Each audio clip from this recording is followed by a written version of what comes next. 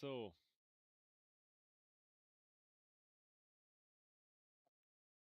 Oh, you lot like Discord was bugging for you And lot now as we well. can hear him. Discord was bugging for you lot as well.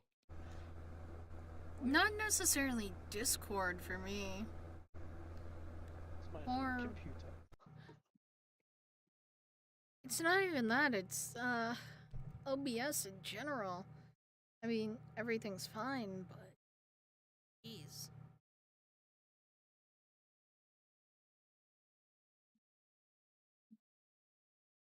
Speak. Someone. so now that we have gathered once again for a weekend of merriment, No, wait, again, end up in prison.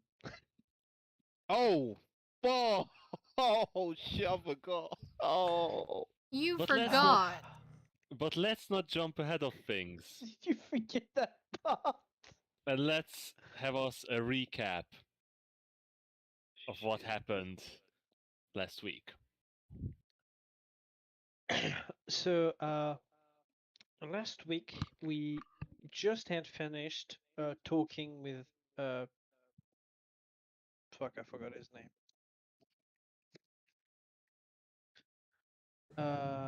Bane? Yeah, Bane, whatever. Red Stream.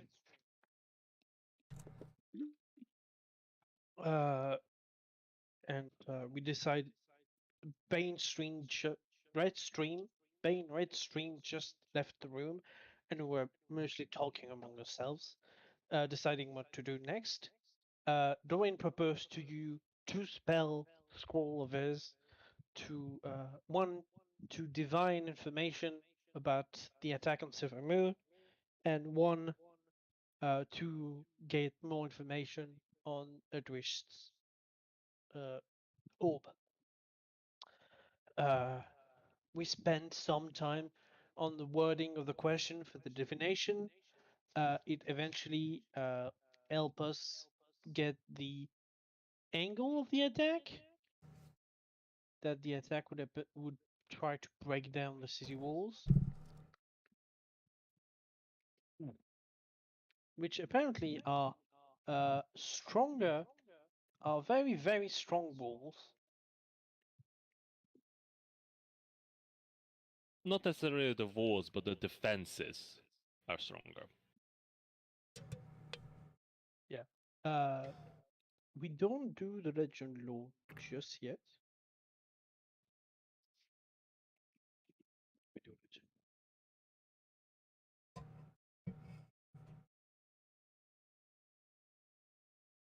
Much later. Oh yeah. Oops. After doing the divination, we meet Emma's grandpa for like a few minutes before going to bed. We realize that even if Emma isn't blood related to her family, the grandfather and the granddaughter are very similar.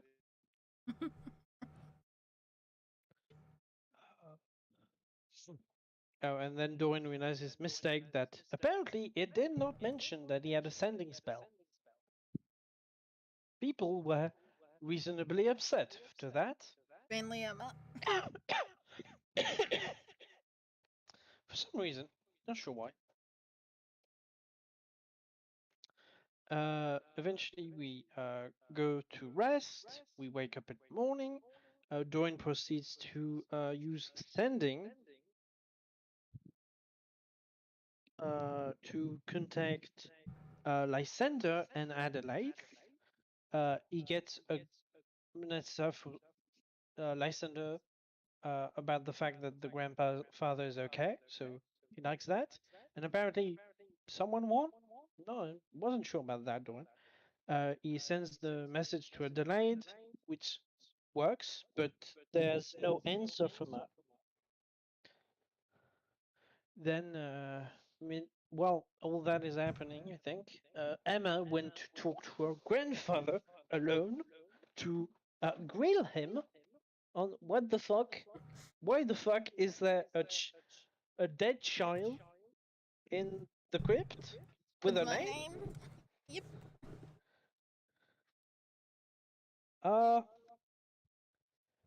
Grandfather apparently is disturbed that she. Oh wait a Hello, second. hello. We're Hi. doing recap. Checking What's everything. up? That's it. There we go. So I gotta explain my troubles here for a minute. Okay. Okay. So the other night I was on my phone and the screen went black randomly. I'm like, oh okay, that's weird. So I turn my phone back on and the screen comes back on. A little bit later I'm like, okay, maybe it's a software issue, so I restart my phone and the screen never comes back on. So I had to wait till today to get a phone. And I now have a new phone. Okay, that's cool. Okay. As long as Yeah, everything's so- alright. Okay, but that was why I couldn't message anybody like all day today so far. That's no problem. Yeah, it was a whole thing, and I'm not gonna go into it. Well, welcome here. Join us on the recap. No, I don't think I will. Okay. Well, goodbye, and see you next week. All right. Oh my god. I think Man, so Sure. you should have come back in like 2 hours, bro. and then it'll be like a normal session. Yeah, that will be on time. I Yeah, did then not I'd say be on that. time for We'll be on me. Vave time. Dave time. Let's go. Anyway, I'm gonna go back to the recap. So Emma is talking to her grandfather. She's interrogating him about the crypt. The grandfather doesn't take it well that she's asking about it. He says to her that it's a dangerous secret, that there will be consequences if she seeks to know more about it, and that it will bring danger to her and her family. Emma says, fuck that, I'm still gonna look into it. I'm paraphrasing, of course. Mm-hmm.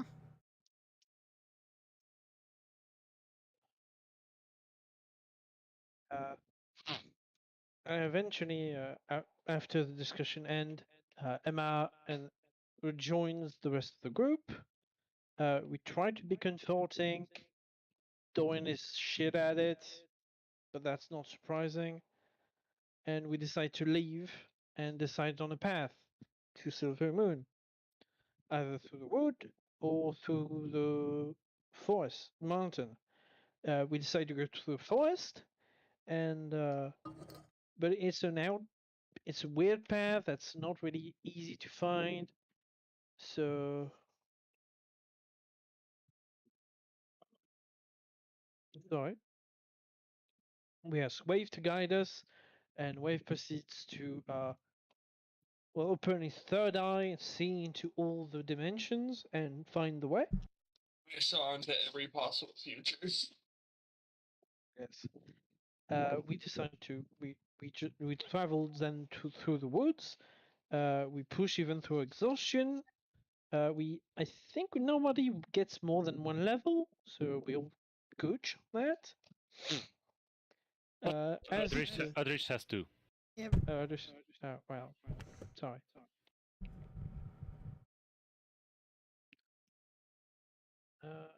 But only one now. You had a one. You had a long rest.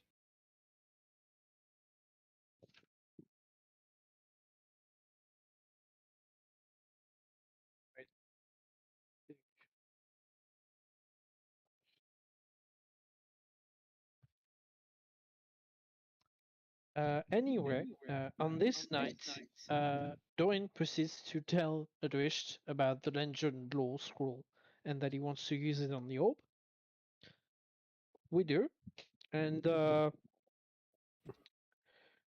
well,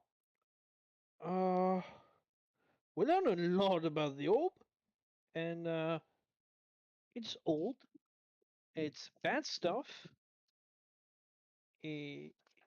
It predates the end of magic somehow, or a day when magic didn't work, which is very disturbing.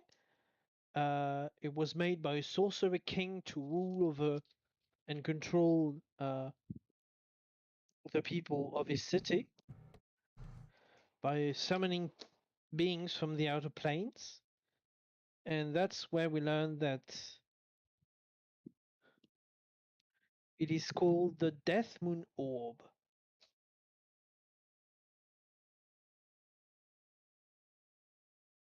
Which we have actually no idea what that means. We're talking about it a bit. We decide to use the portable library. Doesn't work. I don't think it's gonna work because apparently I rolled badly. And Adrish decides to summon the Shadow Hound to directly ask the Shadow who and what it is. Upon which we learn that the Shadow was bound by the maker of the orb servant, Shastam, right? Yep.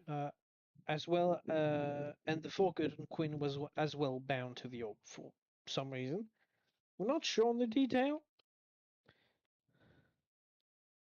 We also, Adrish tells us that Shastam is a lich that's from Thay that used to be a ruler there, but isn't anymore, and is responsible for binding the shadow to the orb. And then the shadow fucks off because he's rude and doesn't know how to exit conversation politely. And then we discuss the cost of using the orb by Drisht, like showing him a portrait that apparently made of his father, but it doesn't remember his father. So that's fun and not depressing.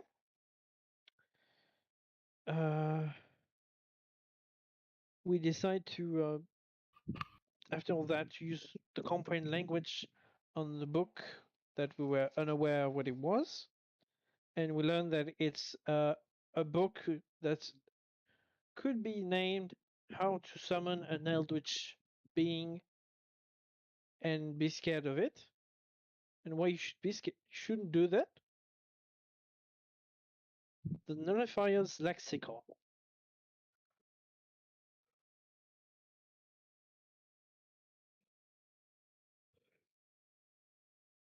We And decide this- then to rest for the night. It's the Nothing- guide to how to summon Eldritch Beast and how to date them. Yeah, and preferably on not to have them kill you. But they probably will. We then decides to we go to sleep. We wake up in the morning. After a bit of travel, we arrive at Silver Moon. We approach the gate, and we begin the border checking. And that's where we learn that because of the wasting, there's a quarantine when you enter the city. We're not happy about it, and we decide to explain that we have a reason. We need to see the leading, the important people in the city to warn them about something bad that's gonna happen. We insist a lot. There's a bit of yelling. Mostly addressed because he's very insisting, which on second thought maybe it's a good idea was. And we proceed to enter the city. And as we ride into the city, an alarm is triggered, and eventually 4 stone figures exit from the wall of the passage we're going through, and proceeds to use net magic to put Mora up and the orb, and with a wish dangling from it, into their custody. More guard begins to approach, we complain that what the fuck? Why are you arresting us? We didn't do shit.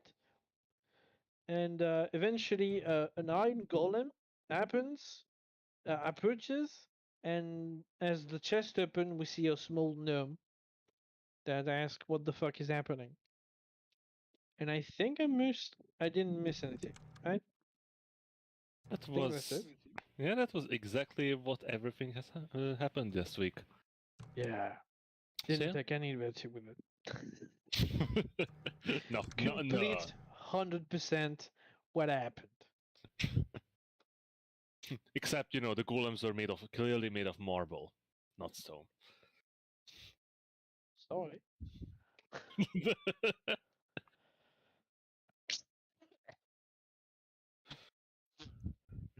So, yes, you have just entered the city of Silvery Moon, and immediately you are being detained.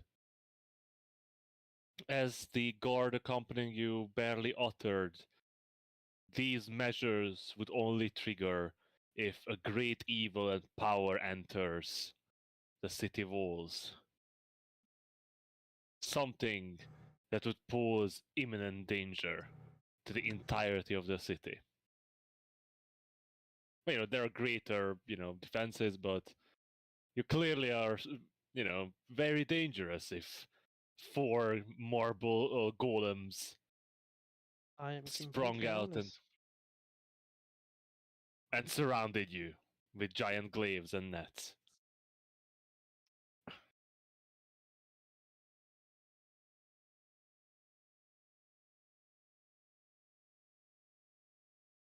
But yeah, the towering iron golem approaches the chest cavity. He opens to the sides, and a small gnomish figure leans out, fixating it on you, and asks, "What the fuck is going on here?" Owen shrugs.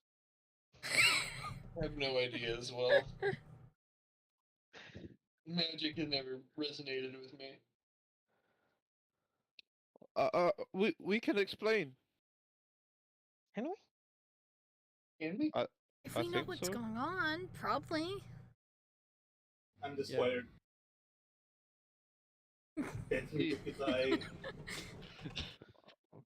We Planning don't the mean any, demise of everyone in the city. we don't mean to cause any harm or any trouble. "Come on, you big lump of stone, lower that man!"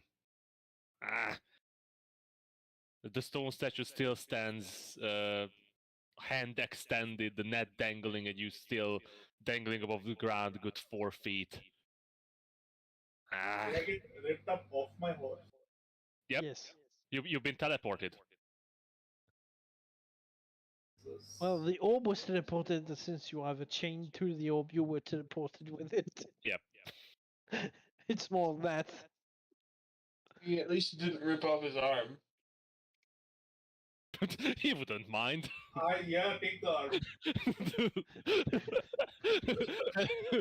At this point, Adrish is looking for some sort of object to cut off his hand so he can fall from the net.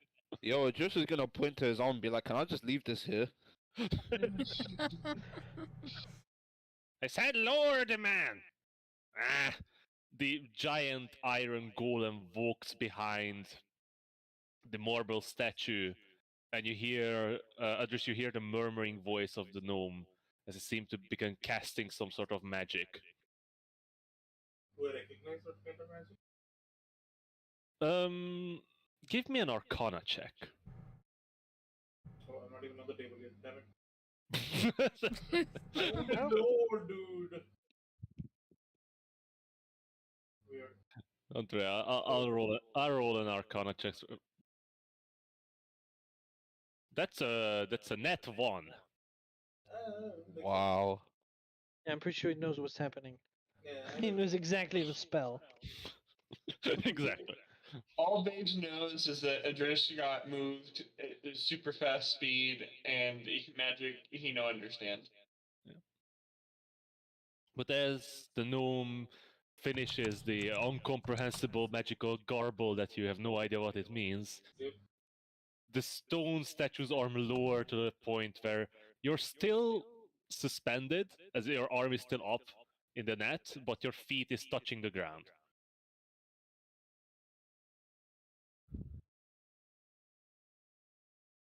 Well, Hmm. if that is Ah. all, These goddamn things.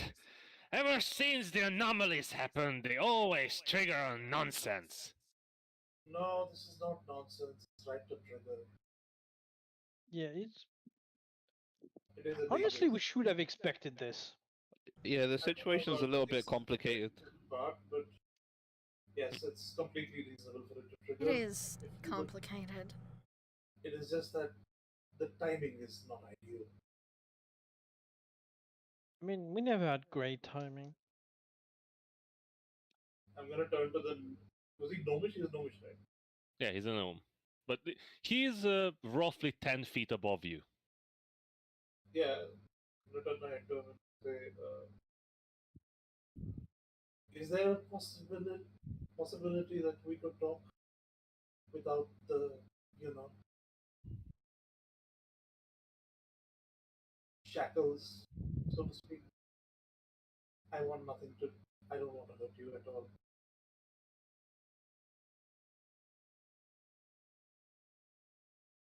As you talk, Adrish, you see the gnomes in chanting something, and that his eyes flare with blue magic and gazes upon you all. Because in detect magic.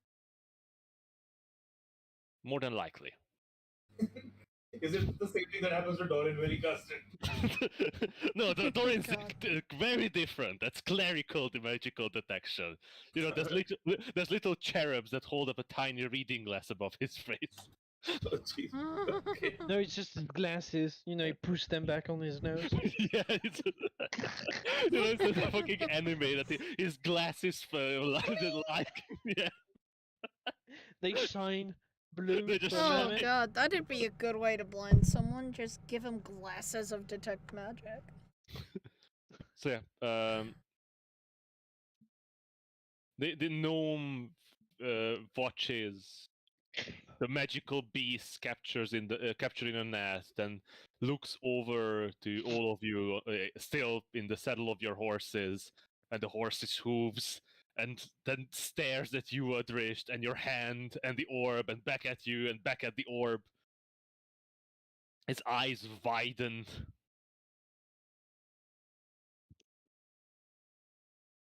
Well, you certainly are a capable man, carrying around such a powerful artifact. Or a stupid one. And certainly both. evil. He's No. not evil. No, If anything, the orb's evil. exactly. Oh, I don't disagree, friend, but I'm bound to it. And Yes, if I'm. It's admirable that you are still sane with such an item in your possession. It really is, to be honest with you. Also, Oh, sorry. all this doesn't help with the sanity part. So can you please let me down? I lean over to Finn and I said, I don't know how sane he is. Says Oh, the he's- crazy he's- lizard who he- can't stop killing people. He's pretty. I look at Vave quizzically, and he's pretty sane, Vave. Oh. Well, there are still procedures to be followed, but. Speaking of, Would you lower your weapons, man? These people are clearly not here to cause us issues. Dispense, I'll take over. My name is Adrisht. I didn't catch yours. Ah. Friend. Greetings to you, Adrisht. I am Professor Orpik Yegrim Graphics Erfan. Yep, I will spell that perfectly on my first try. Wait. Gnomes. greetings to you, Oh. Professor. am I not am even Lady going Emma to try. Koriak of Waterdeep. I am not even going to try. And I have already forgotten his name. There's a Hey, reason I just called him Professor. Hey, you should have posted that in the chat before you even said that. That's ridiculous. That's right. The nice bit is that they're going to meet 8 more gnomish professors, and they have all these names. And if you just say professor, they're going to all just say yes. That's fine. No, not that professor. That professor. Oh, Spider-Man meme. fuck. Yo, this is Is he contender with a drift?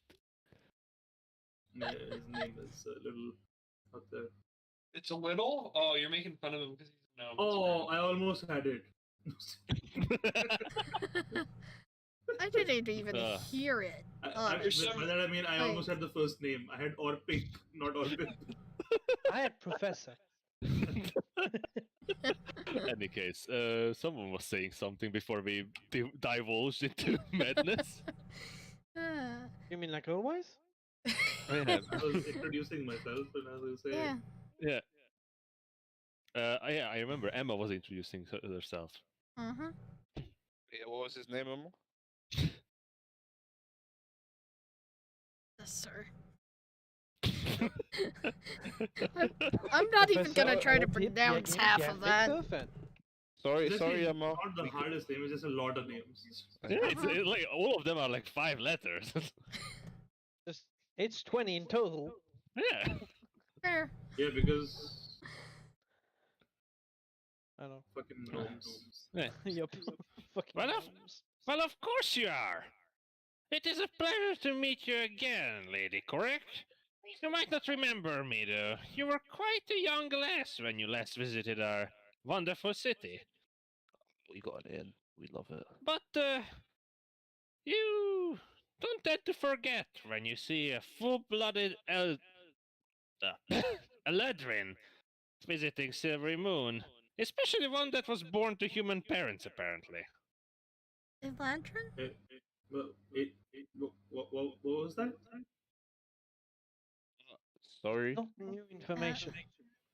The young Miss Koryak, Lady Koryak, made quite a ruckus in the city when she last visited. I think she was maybe 16 or 17 years ago.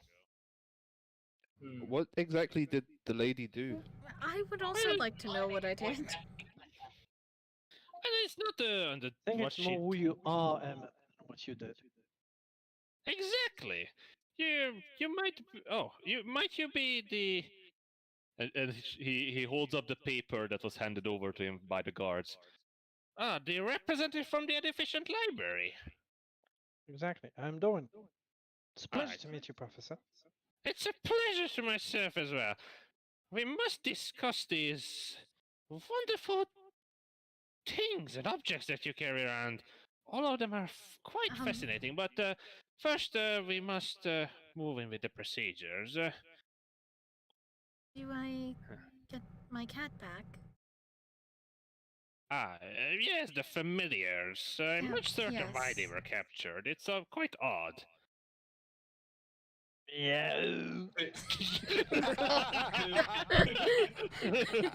God, why does the Doran meow sound like it's got a fucking smoker's cough? Do you know, He Because smokes my dreams. do you know, I needed that right there. Yeah, I Anyway. thought that was the best time to kick That it was in. great. It's just Yep. a cat. Meow. Yeah, just a cat. A very weird cat. But just a cat. Ma, there's a weird cat. I'm still dangling, right? Yeah, when you're not dangling, you're standing on the ground, but your arm is up in the net. Okay. You have your hands up for the teacher. Yeah.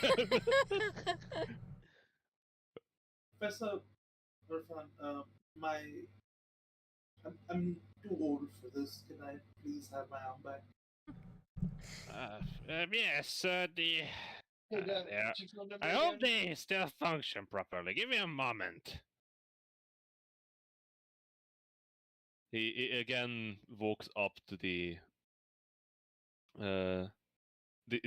statue and begin chanting, and a light flickers in the sort of gem-like eyes of these marble statues, and then they lower their arm completely.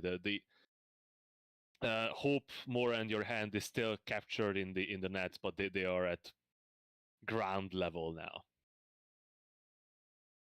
Like you know your arm is not ground level, but Oh. basically you're not being suspended anymore.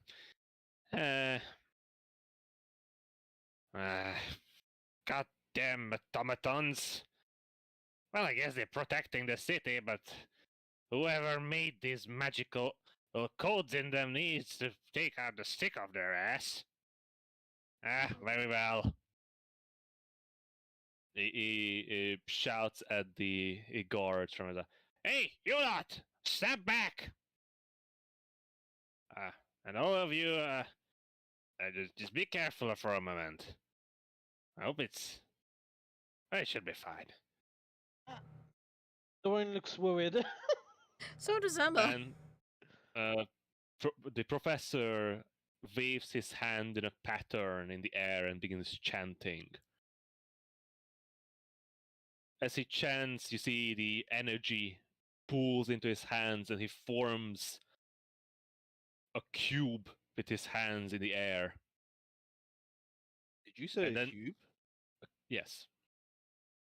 And as he releases around Mora, Hope, and your hand, Adrish, a translucent cube of force appears.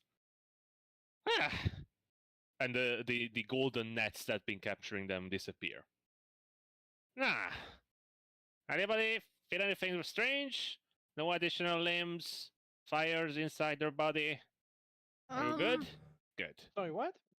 Oh, Is that As Okay, far what's as that we about? know, we are good. With my other hand, Wait, I will say, I have something. I'm gonna lean over, like as far as I can to like whisper to him, like He's a good, I would say, 6 feet above you in a giant iron golem's oh, I chest. thought he got out. I thought he got out. My bad. No, he did not. I'm gonna like wave my hand so he can get close so I can whisper to him. Oh Like, God, giving you a babe, bad don't. joke? Oh no. Come on, speak up. It's I do have an extra magic item. Just letting you know, it's a sword that is in my chest. Just so you were aware. That can be healthy. You should get that looked at. No. It's magic, so it's fine, I guess. I don't know. I don't know magic. Is it a euphemism or something? No, he has a sword in his chest. It's Oh. not. I wanted to a be quiet about euphemism. that. Oh my god. Hey, maybe you should just show him. All right. At Ah. a So I later just- point, maybe. I would rather not. That's. Nah, Yeah. trust me. You don't see anything. It's not like bloody or anything. I promise. Just follow me. Vave, calm down. I try to touch my hand with my other hand. Is there a force cube or something on my hand? Yes. Bro, Can I about to still, call like, off his hand. move my hand? Yeah, but the cube seems to be moving as you're moving your hand around. I cast thaumaturgy, or not thaumaturgy, what's it called? Prestidigitation to clean myself up. Does it work? No. Oh. Oh wait, no. Yes, presentation works. Huh. Oh wait, Oh. let me No, just it doesn't. I need to double check. Sorry. How What the spell did he basic use? cantrip works. Presentation, yeah, presentation works perfectly. Professor, if I may ask, this is some sort of tool to prevent magic? More to contain. I call it Yegrim's forceful encasement. Okay, Who's Yigrim? what can I do and not do while Him. I'm holding this, just so I know? Oh, just that object in your hand is quite powerful and dangerous, my good friend. And as procedures, these need to be contained. As you are, of course, as well, unfortunately, If for a you while. if you were to die today, would it ever go away, or am I just stuck with it? Don't worry, it should last for a while. That's I worrying. don't plan to Magic die. is not a turn on a twist. You'll be fine. Oh. If you would please follow me. Of course. Yeah, Please lead the way. the giant's iron golem chest closes back up, and it begins walking down the street. I follow. So, I make cast it brief Mage for me. Armor. I'm definitely not gonna follow. Obviously, this is a trap. I'm gonna cast Mage Armor. It's a trap. It's a trap. Ah, we The good. Mage That's Armor. me Mage hand. hand. Sorry, my bad. Mage armor. But yeah, the Mage Armor. Yeah, mage armor works. Alright. First level spells work. What's a second level spell I can use without blowing anyone up? Shatter! What? What level was Mance level? Just gonna mind mind whip mind with all them. yourself. So, as the enormous giant Goliath clunks along the way, you're passing by beautiful, high-towered buildings. Hey, Mom. Yes. I was just making sure that. Oh, I'm not muted. Okay, cool. I muted on my mic, but alright. I was Oh, just I making thought sure you were my phone talking. worked. I thought you were talking to Emma. Hi, Mom. So, Honestly, I did too a little. Silvery Moon is astoundingly beautiful. These tall, almost twisted towers seem at the same time a bit chaotic, but also almost natural to its beauty. You see decorated trees growing on the sides of the street. You see tiny, narrow alleyways lit up by small candles to the lights. And you see quite a lot of people. A large number of people are moving around the street, seemingly without a care to their mind. You see minstrels on street corners playing lutes, flutes, or just singing. And you see that their boxes and or cups or whatever they put out seem to be quite full with coins. You see a group of young and old men sitting in a circle in front of a building, just in heavy discussion. As you pass by, it seems that their discussion ranges from politics to theology, while two men are in heavy argument about the proper making of some sort of food. But from this main street, the enormous iron golem that doesn't seem to cause any ruckus or scare. People seem to just make way for it as it clunks down the cobblestone road. Turns to the left and enters a grouping of buildings. These buildings are much larger than the simple houses. You see many towers and tall painted windows. And while, Emma, you haven't been allowed to come to this part of the town many years ago when you visited, but you can put one and two together, or whatever the saying is. And you know that this must be the ladies' college, the great magical school of Silvery Moon. Don't As you recognized it? Oh. you have never been to Silvery Moon, really? No, but he reads a lot. He's a magic nerd. And Yeah. this is one of the most magical town in the world. Did you say it's called the Ladies' College? Yep.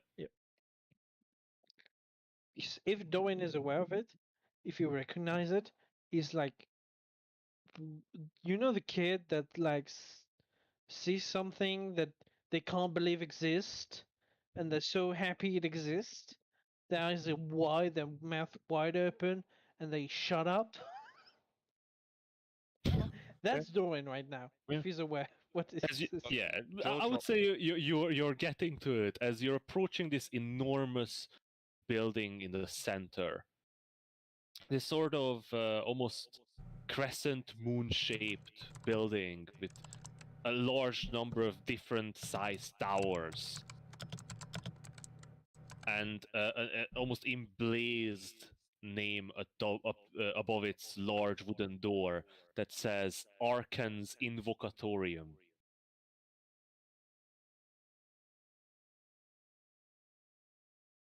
But your guy, the professor, doesn't seem to lead you to the main gates of the Invocatorium.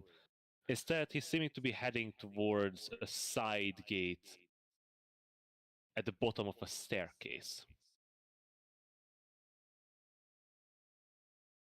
I thought we were to be segregated while awaiting the results of a request for a meeting. Yes, yes, please. Yes, that's unfortunately part of the procedures. But since according to these notes that the guard has taken, you have some sort of urgent information, you will be detained here under the Invocatorium for further investigation until the other decision is made. While I do believe that you are of no danger to the city, the alarm is still a procedure that needs to be followed as by law. I am Upon very entry to the city, yes? Sorry? Upon entry to the city, yes? So Yes. if we were to say not willing to be in the city, would you be willing to just throw us out? Well, of Huh? course. If you wish to leave, I can lead you back out. Not today, but if by the end of the day nothing happens and you cannot Idrish, grant our we- request, I do wish to leave.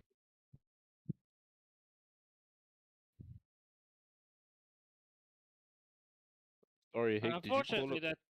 that will not happen.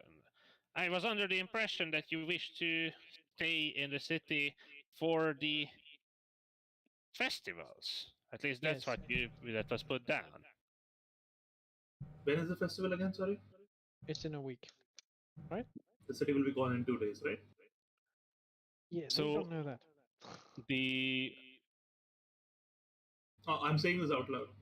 The festival Right, starts of course you are.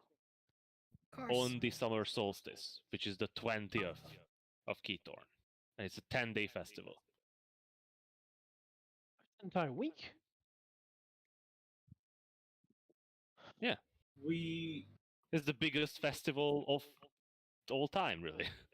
we would like to be in the city during the festival, but from what we know, the city won't be here in a week. Idrish, there's no point in saying this in the middle of the street. How about we wait until we're in a proper room where no one can listen? What was it about? The city not being here? This is something we really need to discuss in private. Yeah. Would you I would mind? rather- So, but as I said, unfortunately, it's a decision you have to make. If you wish to stay for the festival, you must go through the containment. If you wish to leave, you have to leave now. Okay, We'll go I'm through gonna the ask you this containment. straight. Are you a member of the Master's Cult? The what? Did you just... Address. What do you think he's going to say if he is? Yes? In the middle of the street address. You mean those lunatics that run around and cause a ruckus everywhere? Idrish, Do I can you believe it? wait until we're in a room? And not in Do the I middle of believe the it? street? You don't even see him. He's inside the chest of the giant I mean, robot. there are inflections to sound. Sure, give me an insight check with disadvantage. He already has this advantage because he's exhausted. Yeah. You Double don't. disadvantage. Nat How about a 20. -4? Let's walk into private cell where the cultists can keep us and then discuss. Right, or- the cult was definitely aware of us. I feel that I you're feel like the reflecting on old man something here. paranoia is setting God, I in. thought I was bad with NPC, but apparently it's worse. Jesus. Whoa. Why does he roll so high? Because it's not. Wait, no. He normally rolls high in combat. Yep. But this is the combat of the Is there mind. combat coming Yeah. up? No, Drish, the man's reaction seems quite genuine. Also a bit disturbed that you ask him such a question. Alright. I'll follow him then. Yeah, as he leads down, he seems to out of nowhere call these two young boys. Just leave the horses with them. There are stables set up for all sorts of creatures that we keep here. I'm sure they'll be fine there. Okay, thank you. Shadow Ranger, please behave. Behave. He's going to kick the unicorns. Yeah, No. exactly. Fucking Well, princes. I mean, honestly, unicorns are probably fucking pricks. They are chaotic good creatures. Yeah, it's a lawful one, goods. The unicorns that are tricks, not the chaotic ones. Yeah. But as you dismount and the two young lads are leading away your horses to around the building, the giant iron golem begins walking down these stairs. Yo, Hig, you called it Arkan's Invocatorium, by the way, right? Yeah, Arkan. Okay, cool. Thank you. Arkhen. Oh, that's a name. Yeah, did not spell like that. Arkan's Invocatorium. Awesome. And at the bottom of the stairs that led down maybe 15, 20 feet into the ground, there's a normal sized door. Hmm.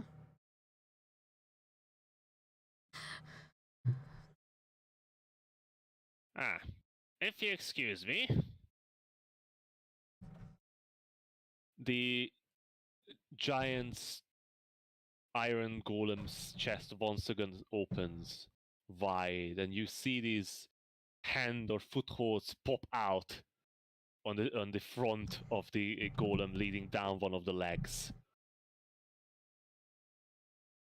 And as the golem's pilot, the gnome, exits, you notice that he's an odd fellow. As you know, you could call him a half gnome, as he's missing both of his legs. Oh, His arms are Oh. quite muscular, seeming as he just with his arms descends on this front of the golem, and the He's leg a of halfling. Shut up. what? I couldn't help myself. I had to say. and it. I as didn't hear it. as he says he's literally a halfling, Oh, right. Sorry. and No as one. he reaches the golem's leg, a smaller automaton-like creature emerges from it. There seems to be a seat with 3 legs. Hmm. As the professor sort of buckles himself onto the seat, he turns towards you. Shall we proceed then? Of Archibald? course. Where are you, Archibald? The other leg of the statue opens, and a very large rabbit emerges. And when I say large, it's basically half the size of the gnome. Without or with his legs? With That's the legs. horrible. You know, you could just said is half fin size. That's it. Yeah, but Finn's a giant. He's a halfling first. Big facts. A giant in spirit. And you know, in battles. Yep. And if you give me a moment, I should have our professor on a notepad here. Or at least an image. You do be an image though.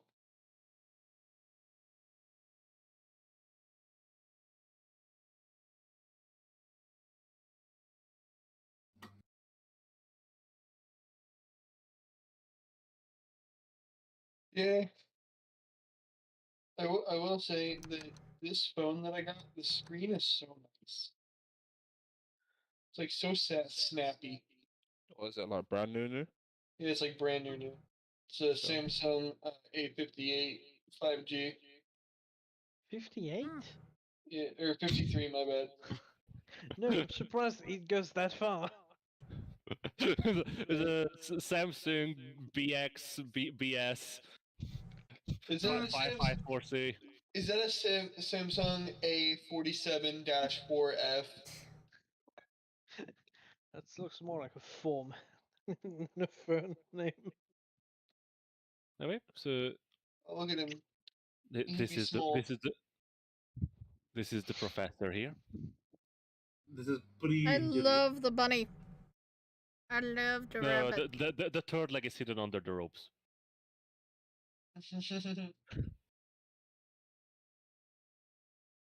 The robes But- are just the seatbelt. But as he takes a seat, the giant bunny begins walking beside him. Jesus, it's loud.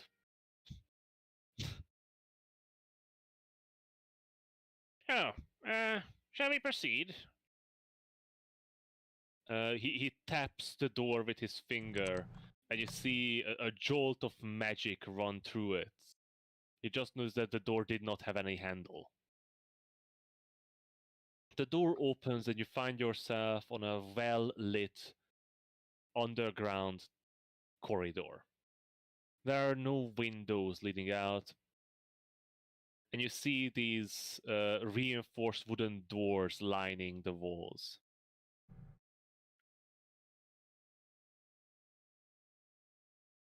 Huh. Come on, come in. All right. Yep. There are no vampires among you, correct? Not to my knowledge. I That look we're around aware of. very Not as suspiciously. far as I'm aware. Yo, is someone sizzling?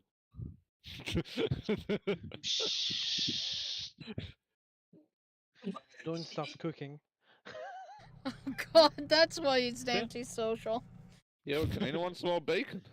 Can you smell toast? So, as he leads you down the corridor, the giant bunny sort of hops beside him.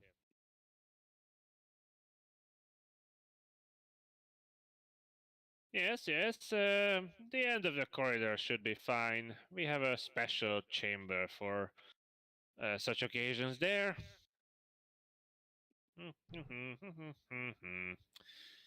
uh,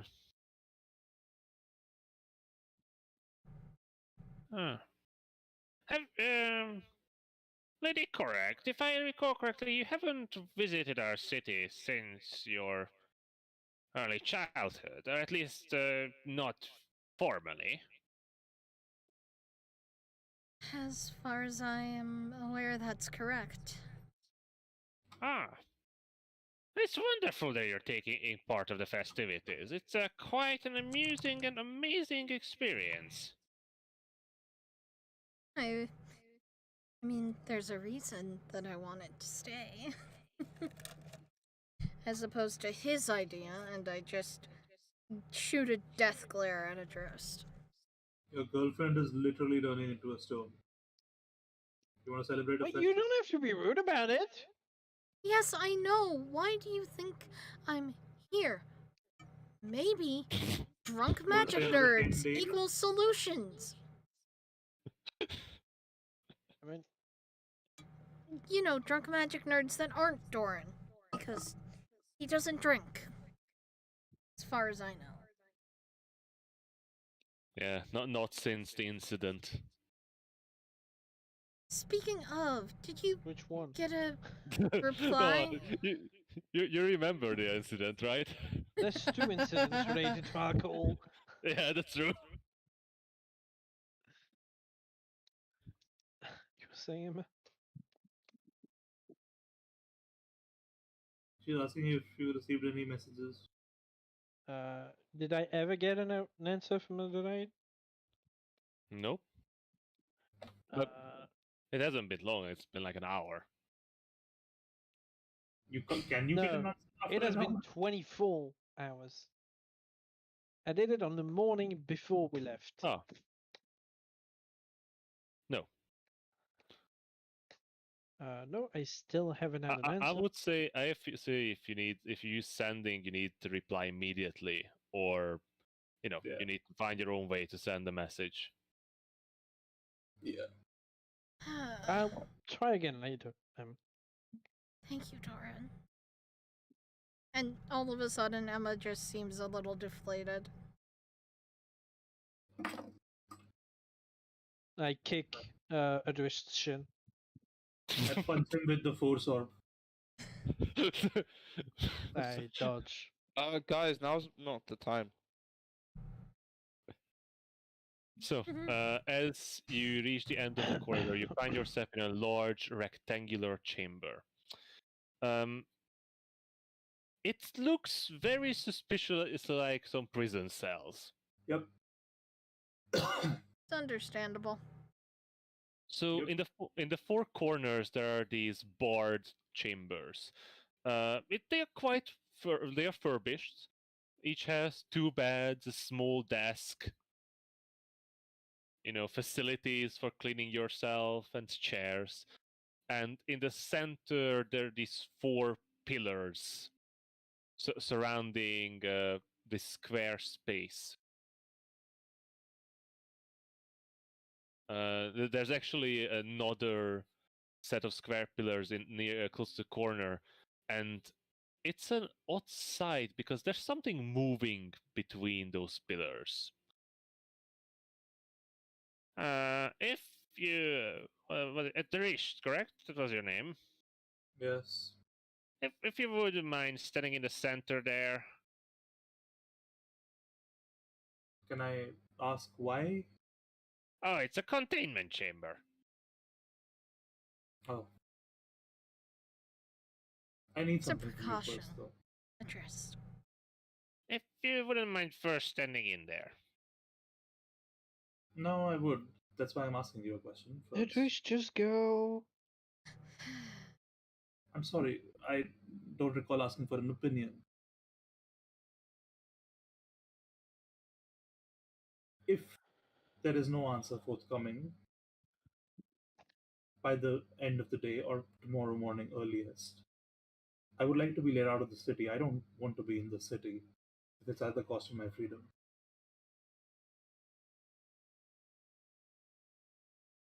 Of course, we would not want to contain you against your will. But Very as I've said before, the containment is a procedure. But with an exasperated method, and if you wish to leave by the end of the day, you should be out before the end of tomorrow. Very well. I'll walk in. As I said, the laws are put in place to protect the city and the citizens. I hope it is not too much of a bother for you. I hope it's not too much of a bother for you, sir. Anyway, we'll see tomorrow. I'll walk in. He sort of nudges, and the 2 boxes with Hope and Mora floats into the square with you. And he just snaps his finger, and the squares, the boxes surrounding you and your friends dissolve, and a shimmering wall appears suspended between the 4 pillars. Now, please take whichever cells, rooms you wish to have. It's these places are not often used, I must admit. Uh, They were built to contain dangerous people who want to enter the city and first we have to make sure that they pose no threat to the city. But usually those people tend to avoid Silvery Moon completely. It's a Can we- surprise there. Before we enter the cells, can we tell you why we're here? So, besides the festival? If you wouldn't mind entering first, just for procedure's sake. Fine. I take the nicest looking one. They I look know they all pretty look much like exactly the same, but I'm gonna Do- go do- with Emma to make sure she doesn't die. do you want to go near the weird thing bumping to the walls in the other cell? Nope. Yeet. So you take the one closer to the doors. Yes. I think we should go for that one, and obviously in the opposite direction from the thing that's bumping. True. Keeping an eye on it would be a good idea. Wait, what? Don't worry about it. That's an anomaly that we captured. Contained there is harmless. Although outside, if it would escape, it would be extremely dangerous. Yeah, yeah. I point to the one furthest away from that one. So now that you get a better look at it, it is a sort of shapeless mess that's swirling with energy and small object inside as it's bumping into the magical walls that's containing it.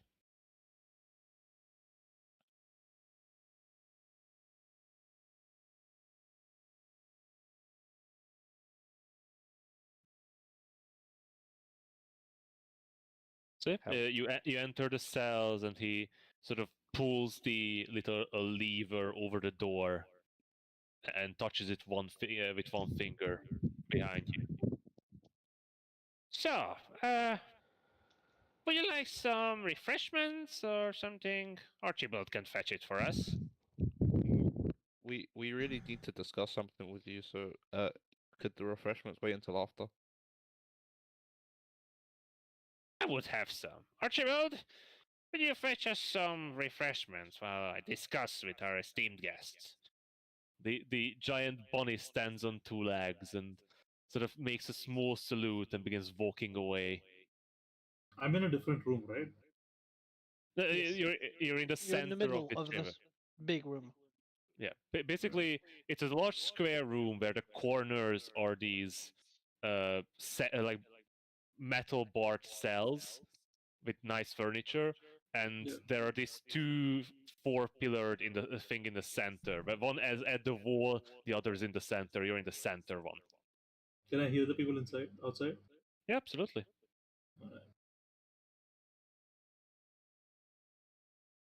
Alright. So you seem to be alluding to some sort of problem that you're here to discuss.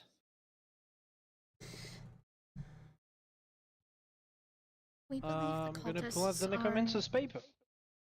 Yes, that is better. Uh, Professor Agram, I assume you've heard of what happened in Waterdeep, correct? Oh yes, terrible thing. Those poor people, driven out of their own city. Yes. We were there a week and a half ago. We out of then concern. you did quite a journey then to get here. Yes. Well, we were in a rush after all.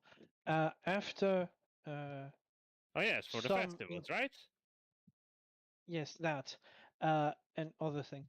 Anyway, Don't lie to him. I'm If not you're gonna lying. tell him the truth. Tell him the I whole would truth. like to go to the festival after, if we survive. While we were in Waterdeep, Survive?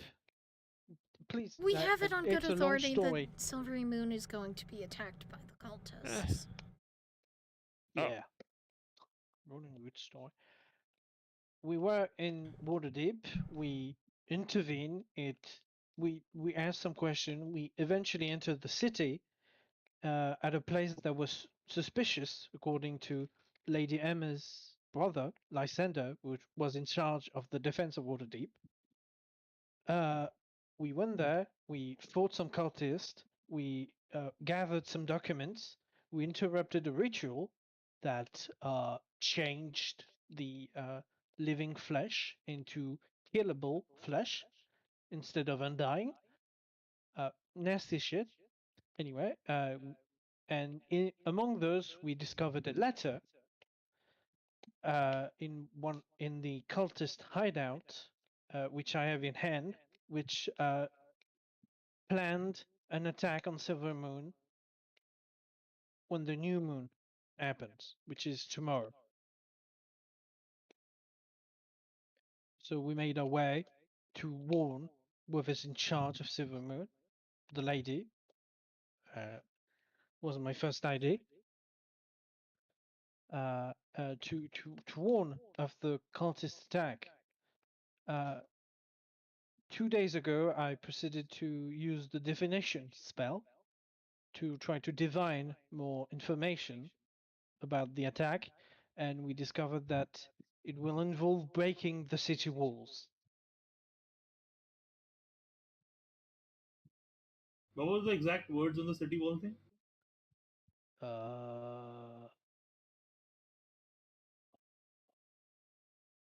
In the chat.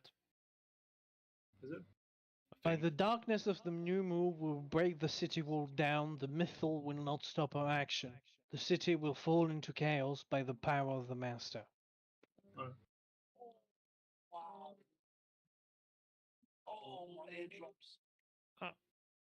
You said divination. Yes, You're capable of casting of the 5th level of magics. it's a 4th level spell. Oh, I think it is. sorry. Oh, yeah, sorry. Yeah, that's my mistake. Yeah, it is.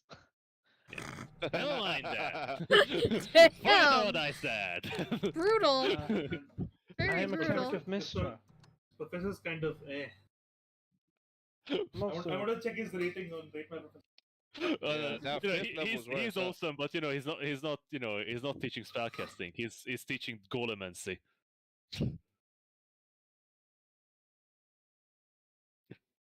That's my mistake, to be honest. I had legend lore in mind, and that's yeah, I guess. that's 5th level. That's quite a claim, my friend. And you said, may I see that letter? Yes, I have it in my hand and I pass it through the bar. Hmm? The divination spell allowed me to read the last 2 sentences properly.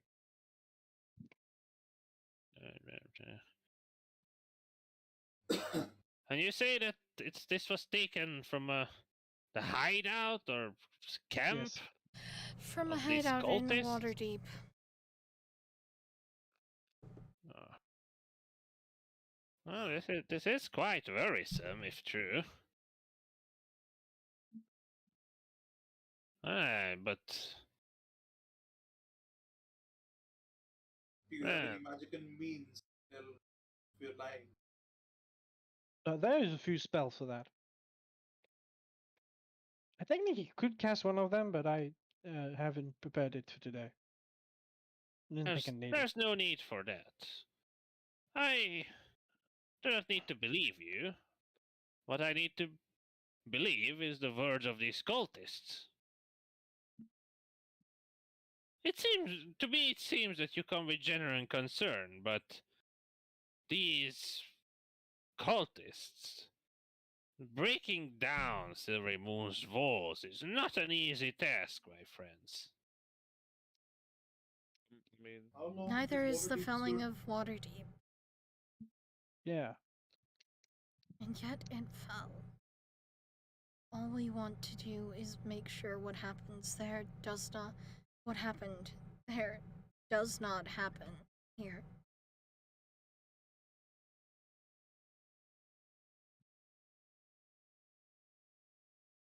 You did have first-hand experience of their power. Are you saying that these cultists would be capable of breaking through our defenses to Yes, take down the magical protections that protected the city for over 700 years? I don't know if they can, but but they they will aim to. try. They are able to summon beings from the far realm. Who knows what they can do? We have a book with us that we found in an hideout, which was in the troll malls, which they were doing weird sacrifice. One is a book about how to summon a being from the far realm, and another is uh, a technical work on the beings from the far realm.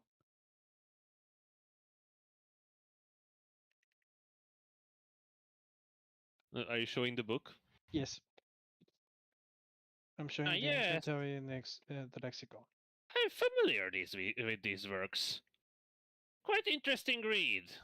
Bit too enthusiastic for my taste, I have to say. Yeah. But very factual work. Very nice editing as well. Unfortunately, the cultists seem to agree with you.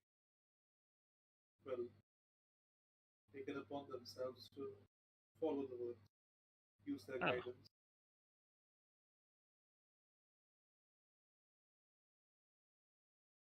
And what would you wish me to do with this information? The city is protected. Yes, I but mean- protected and alerted are two different things. With First thing if I you would could There's- pass this information to higher people in the city government, like for example, really the lady, Silver Industrial Silver Hand, it would mean that you could be prepared. The city could be prepared for an attack instead of reacting to one. But There's a difference between having 1,000 soldiers on the wall while everyone else sits in their house versus having 5,000 soldiers on the wall and everybody else, well, either evacuated or in the city center, far away from the walls that are going to be under attack. We just want to save as many people as possible. I understand, my friends, but protect from what exactly? From an Is- army marching on the wall? We're An not army of sure. monsters? A horde of orcs? Perhaps all of those things. You have to agree with me that this is, well, a fair warning. It's not really a A lot good of one. information. Yeah. Well, I mean, And we would there be agree. any the best we means could do in 10 days. would there be any magical means of deciphering more information from those letters?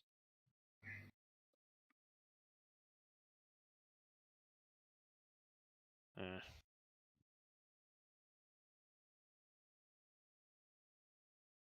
in any case, so you just want me to take this letter to the palace and warn them?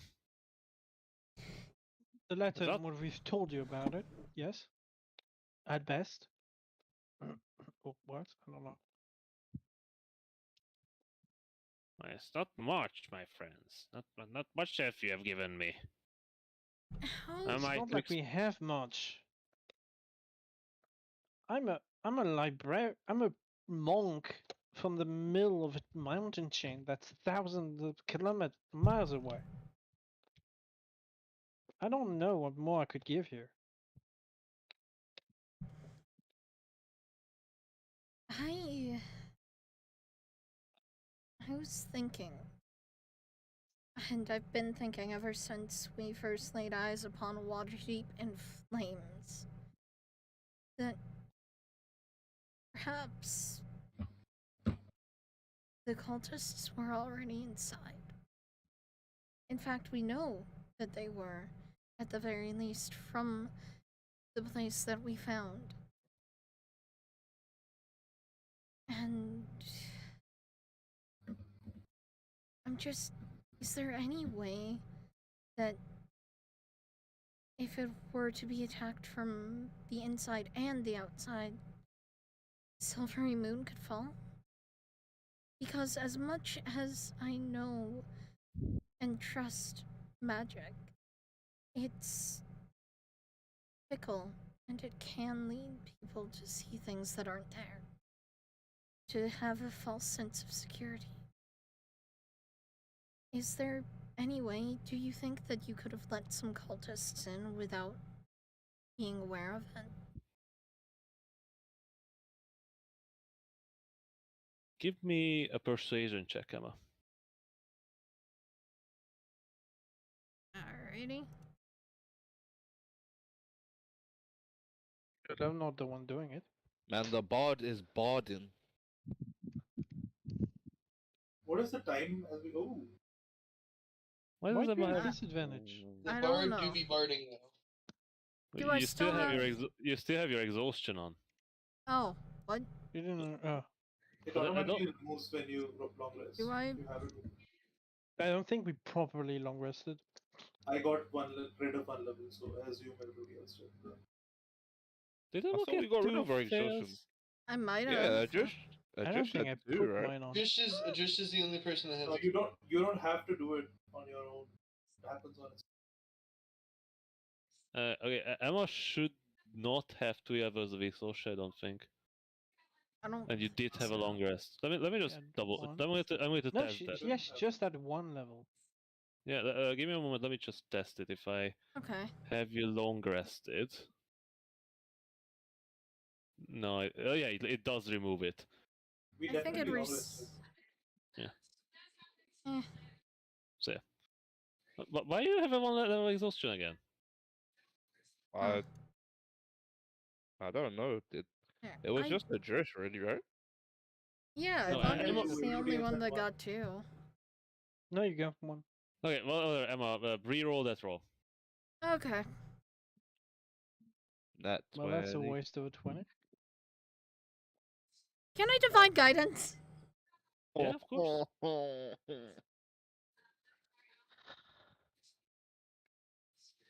Yeah, re-roll that persuasion. Let go. The bard is barding. It's better. That's much better. way Jesus better. Christ. You guys saw that level, that one tittering. Oh my god, that was stressful. That was actually Hey, not actively today, stressful. Satan. Jeez. Well, I don't know. Lady Alestriel is a wonderful leader, and her wisdom is great, but I'm not sure if she can order our entire army at ready, just based on these words and this rambling of mad cultists in a letter. But do not worry. You know, turning towards you, Adrish, who seem to, foam at the mouth at, the first words of defiance. Not wrong. Probably is. I'm I already sleeping. I'm I- exhausted. I'm sleeping. I'll take this to the officials, and I'm certain it will be taken to Lady Estrel's as soon as it's possible.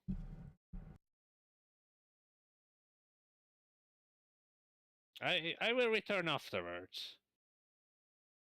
Just don't do anything reckless, okay? course not. I'll be back soon. And he clinks away on his 3 mechanical feet, leaving you behind in the cells. How early was it in the day? We're like morning. Yeah, it's very early morning. I have to take another long rest, right? I don't think you can. Can I just sleep another 8 hours? Yeah, you can take it. You know, it might be disrupted. I mean, yeah, if somebody wakes me up, then fine. Otherwise, I'm gonna try to play a long rest. Well, I guess all we can really do is wait. I The boys suppose so. behind I the guess boys you. behind bars are back again. Well, no, Emma's here, so You think what I said helped? I think so, Emma. I mean, at the end of the day, I don't really know what else he expected us to bring him. Like, I mean, I'm gonna be honest with you. I don't know what else we could have done. We I did the mean, best we could. We gave him the information. The situation is out of our hands. do you think we should have potentially mentioned um the part where we're also delegates on behalf of the Ed Efficient Library? I don't think it matters. Well, at least not enough compared to your The city's under procedure. attack. It's just a scroll that I'm delivering, not much more. Scroll from a weird librarian.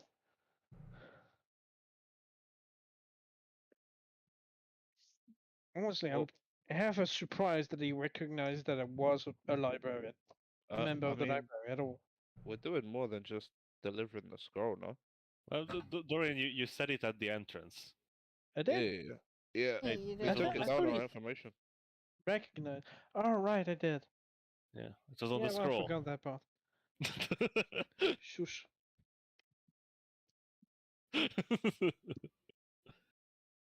So yeah, you settle down in in your cells. Adrish, you sit in the middle. Lie down While and sleep. yeah, while Hope rests on top of you, so just sitting on your back. And Moira's in the corner pretending to be a cat, saying, meow. Actually, God. not. Emma, What? you see Mora pacing the perimeter of this rectangular cage. Are you okay? Mora? There's no response.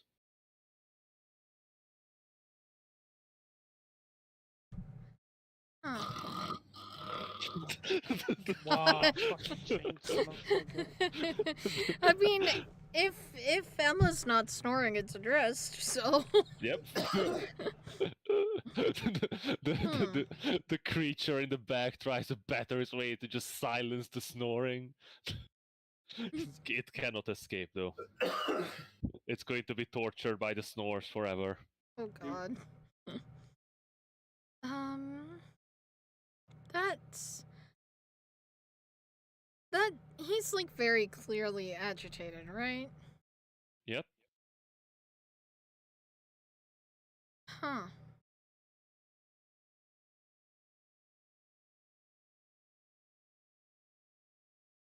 He's Huh. sort of he's moving at he's not running, but he's pacing the Yeah. perimeter and Bonnie, what? what? Who's pacing the perimeter? Mora. Mora. Okay.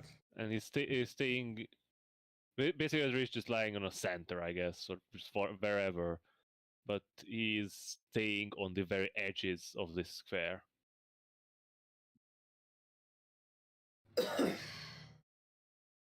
So yeah, you settle down, and I guess begin a long rest. Do you guys think maybe we should start thinking about what we're gonna do after we're done in Silvery Moon? Well, I have no idea. I have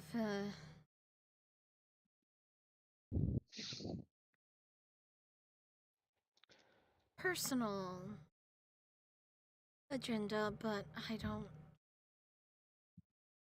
We started as a group to come here, but you all have saved my life more times than I care to mention. So. Yeah, we have saved your life a lot. Yeah, it's weird that we had to save it this much. Yeah, it's actually kind of insane, Emma. I really didn't expect that once we started this journey. Neither did I. I thought one giant falling on me was gonna be the end of it.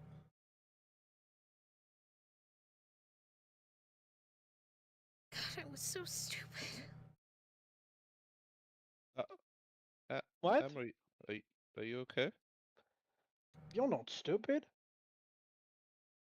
You think we're stupid together? No, Adrist is stupid. I'm not that bright, but you're not. Let's not so many- insult the old man while he's asleep. Well, yeah, he can answer back. Yeah, he can't defend himself. Yeah, that's the point. I was such a shithead when I was a kid. Welcome to childhood, I guess? I don't think you guys understand the level of shithead I was. You're a noble lady. Of course you were a shithead. Doran Hey! and Bave, and then I look back at Emma and I say, like, I'm trying my hardest to lie right now. No, Emma, we of course not. Yo, like, I'm Finn, saying this with cut all the of the farce. compassion and kindness in the world, but yeah, Finn cannot lie. Yeah, give me a deception check. With Oh, disadvantage. No, Yes. no disadvantage. He's trying his best. And he has like magical rules, I think, that allows him to lie better. No, Please. right. Now the cloud rune I think makes you like better. Ah, I think it is the cloud rune. Hang on, let me see. Is Does it? the It room gives- light up when he's lying? Does he ever tell? Yeah, nah. I have advantage on deception. Yeah, roll. It should be automatic. I saw the 20. We all saw the 20. We saw the You 20 know- and we went. You know, "Ugh." the 20 was the roll, but you know, Finn's confidence is interfering with the magic. Ugh. Finn. Finn. Uh, Sweet summer child.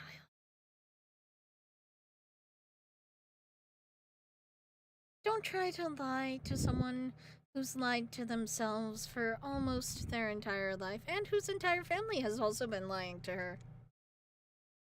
Okay? Still need to roll an insight check to see if you can figure it out in his lying or not. Come on, Al, give us an insight check. See if you wish to believe. Oh, that one! That one! Oh. Wait, can I use the No, I'm gonna say no. For role-playing purposes, no. I I was just know trying to what cheer you up, lying Emma. looks like.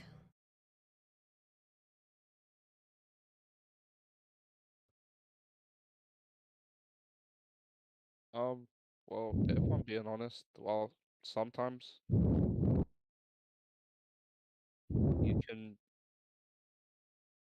you can have your moments, but at the end of the day, Emma, you're wonderful to be around. You're fun, you're funny, you're super intelligent.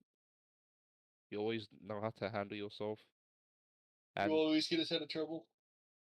we wouldn't be here Well, she without used you. to get us in trouble. It goes it works I both agree with ways. Dawn. Please don't agree with Don right now.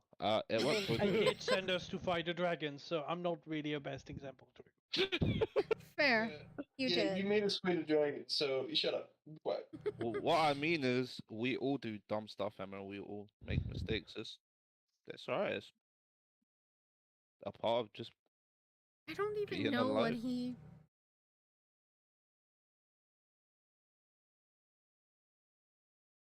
I don't even know what an electron is. I had these dreams, memories. I'm not sure anymore. A while ago, and I just. And the voices in the forest, I know who I am. I know who my family is. At least I'd like to think so. But I don't want anyone else to get hurt because I'm too damn curious for my own good. Because I know I am, and I know that's not changing. That's just how I am. I mean, you've seen my brother and my grandfather. So. Emma, I have a quick question. You keep saying, my family nice to me, my family, yet you still call them brother, grandfather, father, and mother, right? And sister. If you really. Of course. Why, There's- of course? Why wouldn't I, Doran? Because you still If you've think been they're your family, surrounded by no someone, matter what they done. Whether or not you are the blood-related daughter of the Koryak it family. doesn't matter, and I know it doesn't matter. Exact. It doesn't But that matter. doesn't mean I can't want to find out more. Yes. And there is someone who might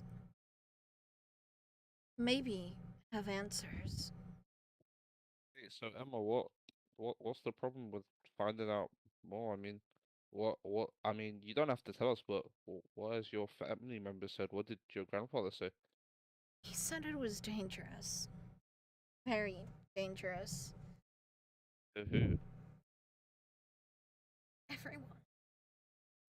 Pretty much. To the family, to me, to you.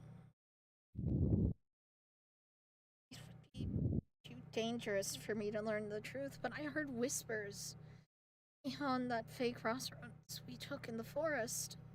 And they told me I wasn't welcome via calling me the daughter of the betrayer, and as far as I know, my father's a good man. Well, then it seems a question must be answered, Emma. Do you desire the truth?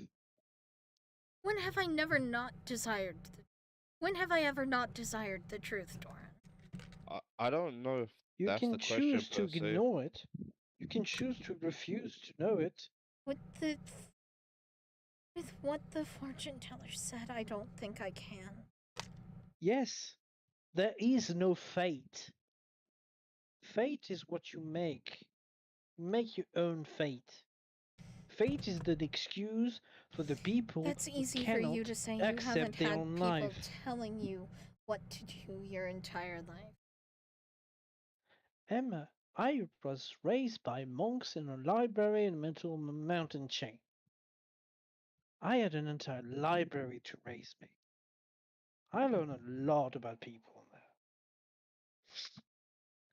there. And most of the time, when fate is used in any of the records I've read, it's either an excuse for someone's action, for how their lives were until now, or a search for meaning. There is no such thing as fate. Divination is extremely unreliable, by the way. What the fortune tellers showed us is a possibility, not a certainty. If you choose to completely abandon this quest for answer, it will never happen, or it may still happen. If you seek the truth, it may happen, it may never happen.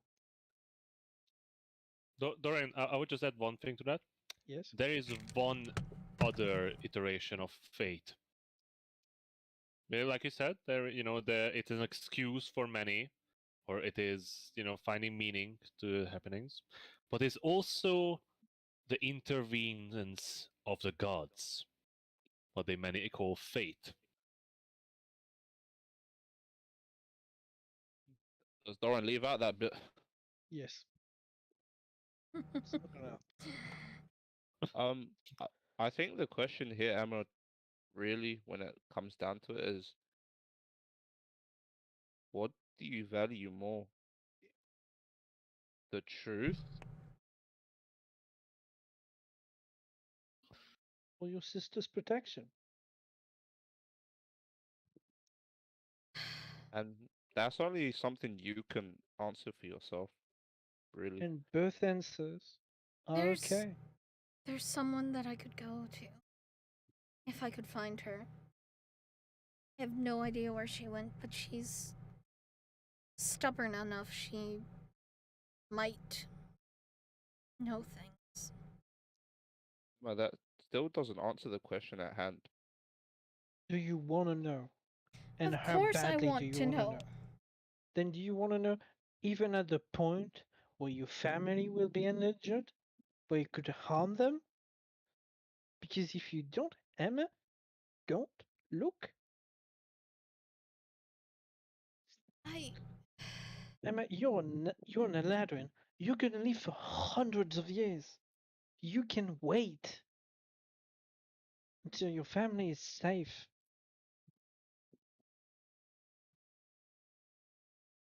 Wait Uh, for what? Safe from what? Yo, does The Emma hear dead. that voice in her head? Well, at the end of the day, this doesn't directly concern us, I guess. Maybe indirectly. But either way, we can't really stop you. All we can do is help you make a decision and just lay out your options. But is that's kind of where you are, Emma. one of you good at finding people? Because I'm I not. know a few spells. What do they Why? need?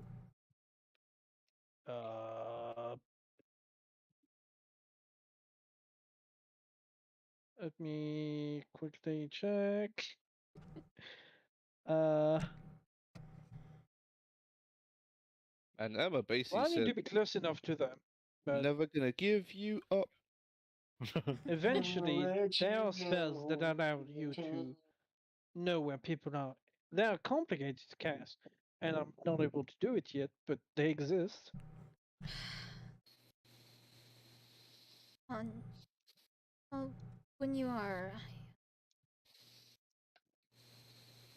I have to find my sister. Not Liliana, not Doria, not any of those.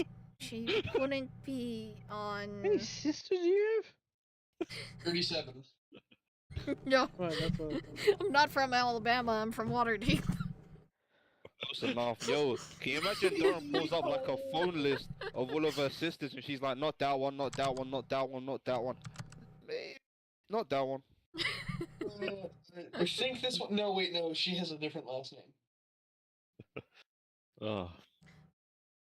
So, while you're discussing your options and your future, fate, and Or lack hope, thereof. and dangers, and all, a bit of time passes by, and Archibald returns.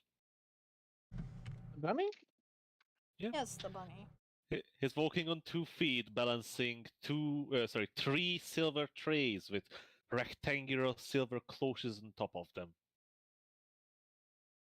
You aren't. 2 on each paws and 1 on top of his head. Aww. He's If walking. anything happens to Archibald, I'll kill everybody in this room. I so. know, right? So, yep, he sort of slowly walks on his hind legs, Just balancing these 3 trays, and places 1 each into the receptacles on the cells that you're in, and then sort of slides 1 through the magical barrier into the center chamber. Then goes down on all 4s again and starts hopping away. just watch. The bunny's part of the cult. You asked if any cultists got in. They were always inside. God. Archibald pulls up the Glock 19. So yeah, as you lift the cloches, you find under it an assortment of bread and cured meats, fruits, and goblets filled with water. But as you know, you don't have to sleep 8 hours for a long rest.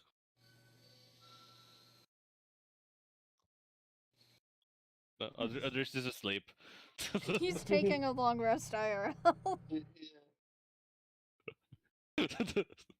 Let's all make fun of him when he wakes up. Wait, why are we making fun of Adrish?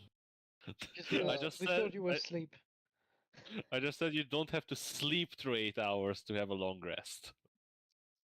Oh, but I am sleeping. I know, but you just got food, and Mora's going to get his paws all over it. Mm-hmm. Mora's That's probably fine. gonna eat Mora it before you even wake up. That's fine. Mora looks like they need it more than I do. Jesus, that's depressing. So yeah, Isn't the cat just bouncing around the room like a dumbass? so yeah, now you have food, and you just continue resting. What And would now you want to do? another hour passes by, and then another. Do we have time to do our downtime activities? But it depends if you.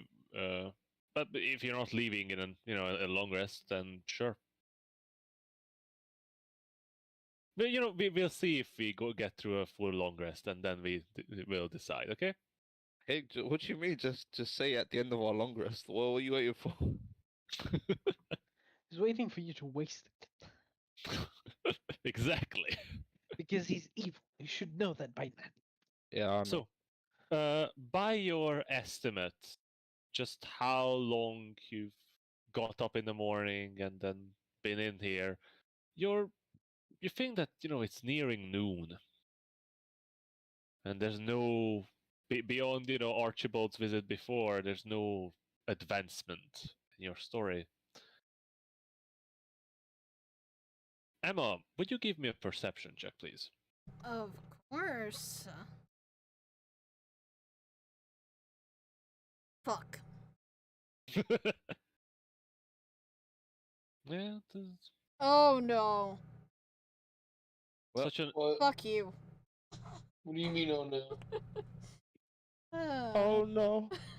Oh no! No! Oh Oh no! no! No! No! No! No! No! shut up, guys. Oh no! I didn't sound that much like I was moaning, did I? Yep. Oh What? fuck. So, yep. Emma, the hours pass by and things are getting boring. To be honest, you're just sitting here, Adrish sleeping in the cell. Run Hope's out of songs to play. sitting on top of him. Mora pacing around the room. That thing in the other cell is bumping against the walls aimlessly. Oh, if that thing is related to the cult, oh man. Blows up, kills everybody. Campaign end. Nearly another hour passes by when you hear the door open down the corridor. Huh? And then you hear footsteps. Tick, tick, tick, tick, tick, tick, tick, tick, tick, tick, tick, tick. What's that? The bumping? Sorry? What's that sound? The bumping? No, that's footsteps. Oh, okay. Well, Would you say there are 3 footsteps? Yeah. who knows? Wait, how did Hig do it? He said tick, tick, tick. Oh, damn. Does that Yep. work? He said tick tick tick tick. That's Anyway. 4. Yeah. As Might be you Archibald. tentatively listen, I'm getting away After, from the bars, by the way. after just a couple of seconds, Professor Erfen returns on a quadrupodic seating. Sure. No, I did not mess up the ticking. It definitely has multiple seats with different leg configurations and wheels and wings. Because why Yeah. not? Because I can. He's a golemancer. He can get whatever he fucking wants. Ah. Sorry for the time. It took me quite a while to get through all the bureaucratic loopholes and such. How did it go? That's understandable. And thank you. The message has been delivered. Hopefully, it will be deliberated, and I guess that's out of our hand by now. Hopefully, I'll get an answer. It happened before I didn't. It was annoying. Getting an answer. Archibald, thank you for the refreshment. As Archibald arrives with another larger plate with these tall glasses with yellowish liquid in them.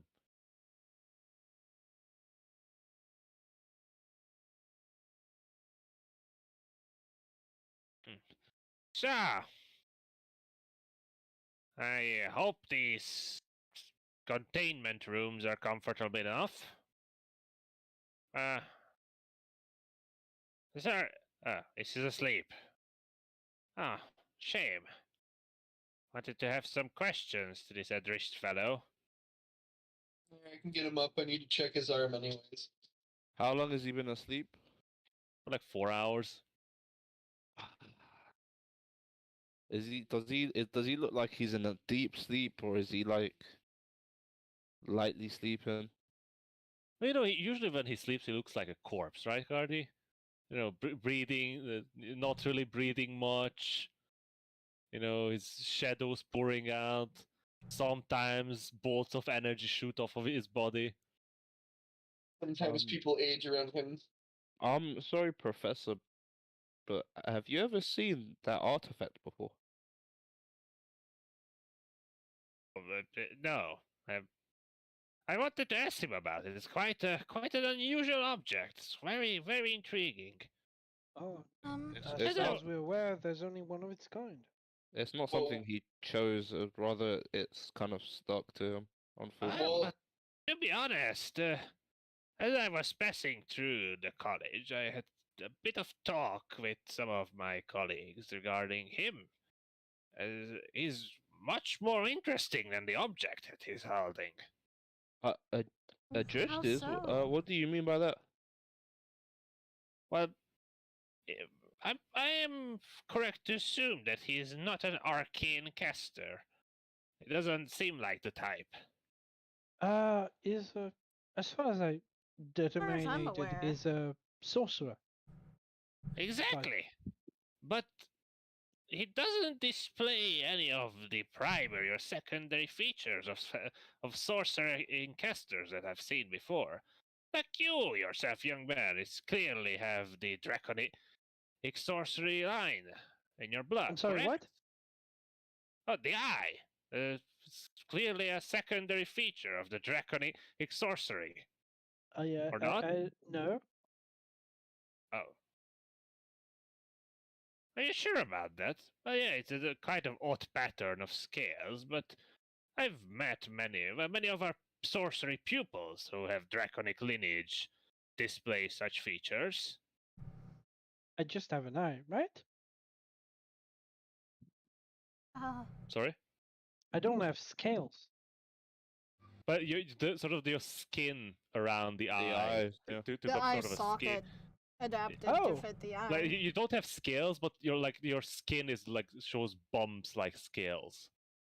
You have scaly flesh.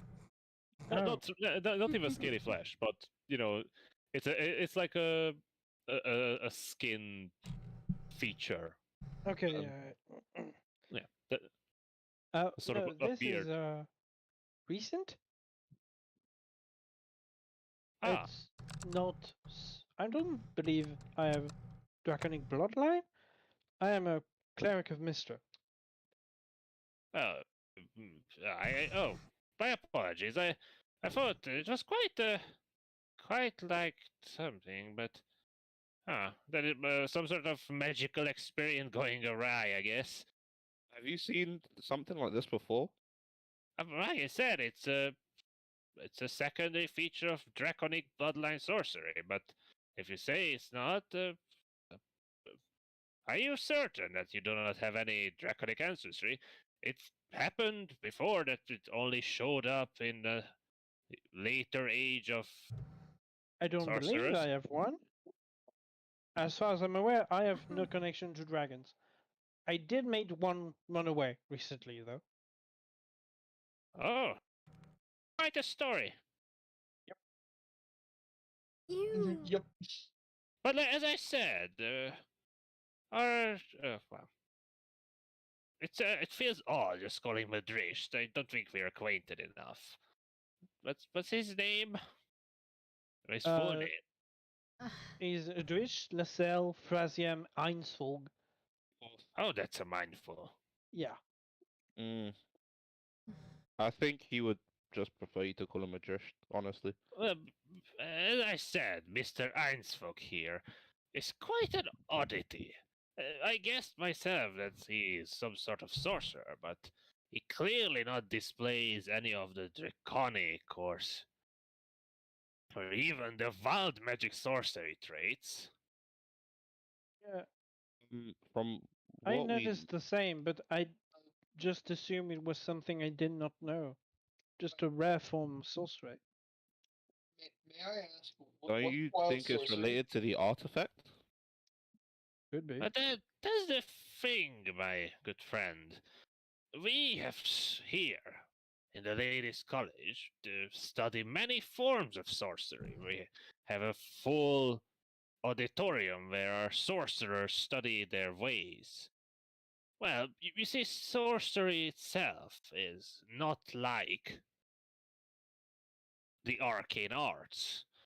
It's much more difficult to understand, as in, it does not necessarily have the same magical means of casting. It's unique for everyone how they channel the magical power from their gained or ancestral magic. But you can still, in the school, we are able to help them find their best way of casting magics.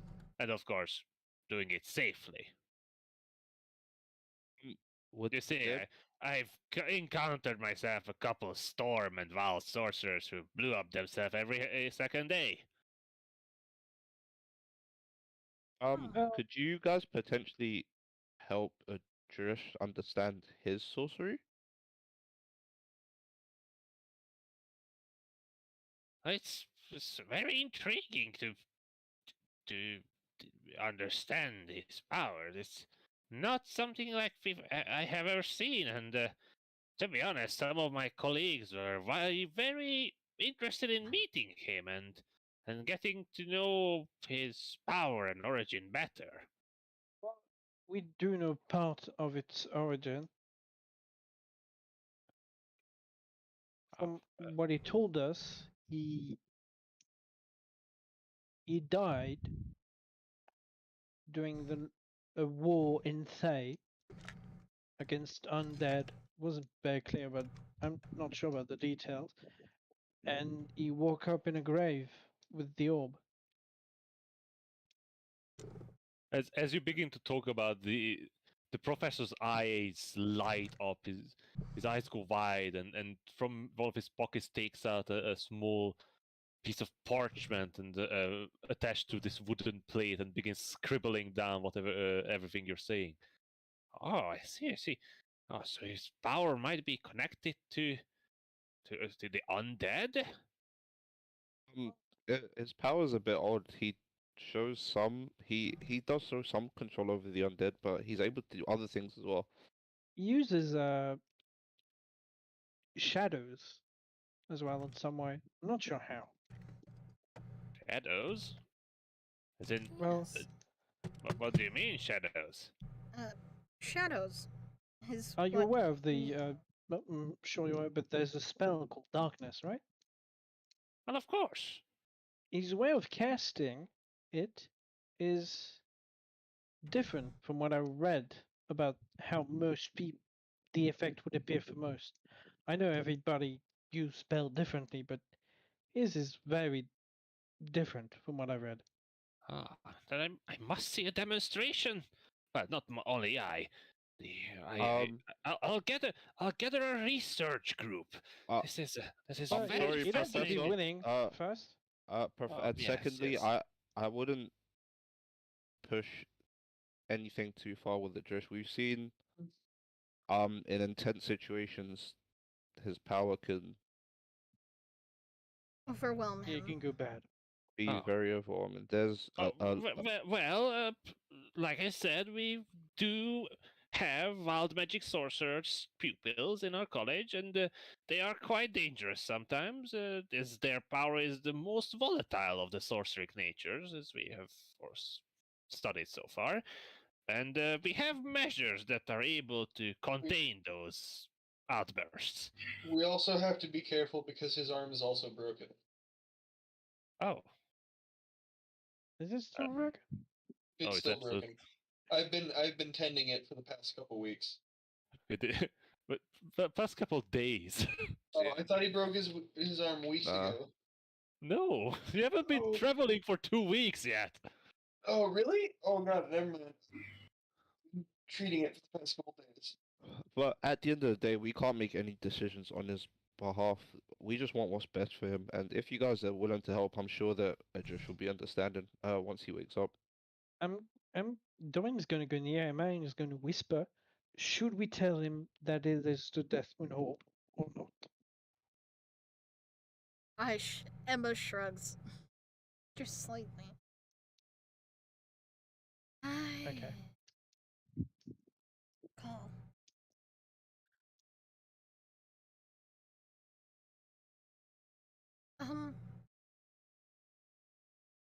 Professor, As Lady Korik?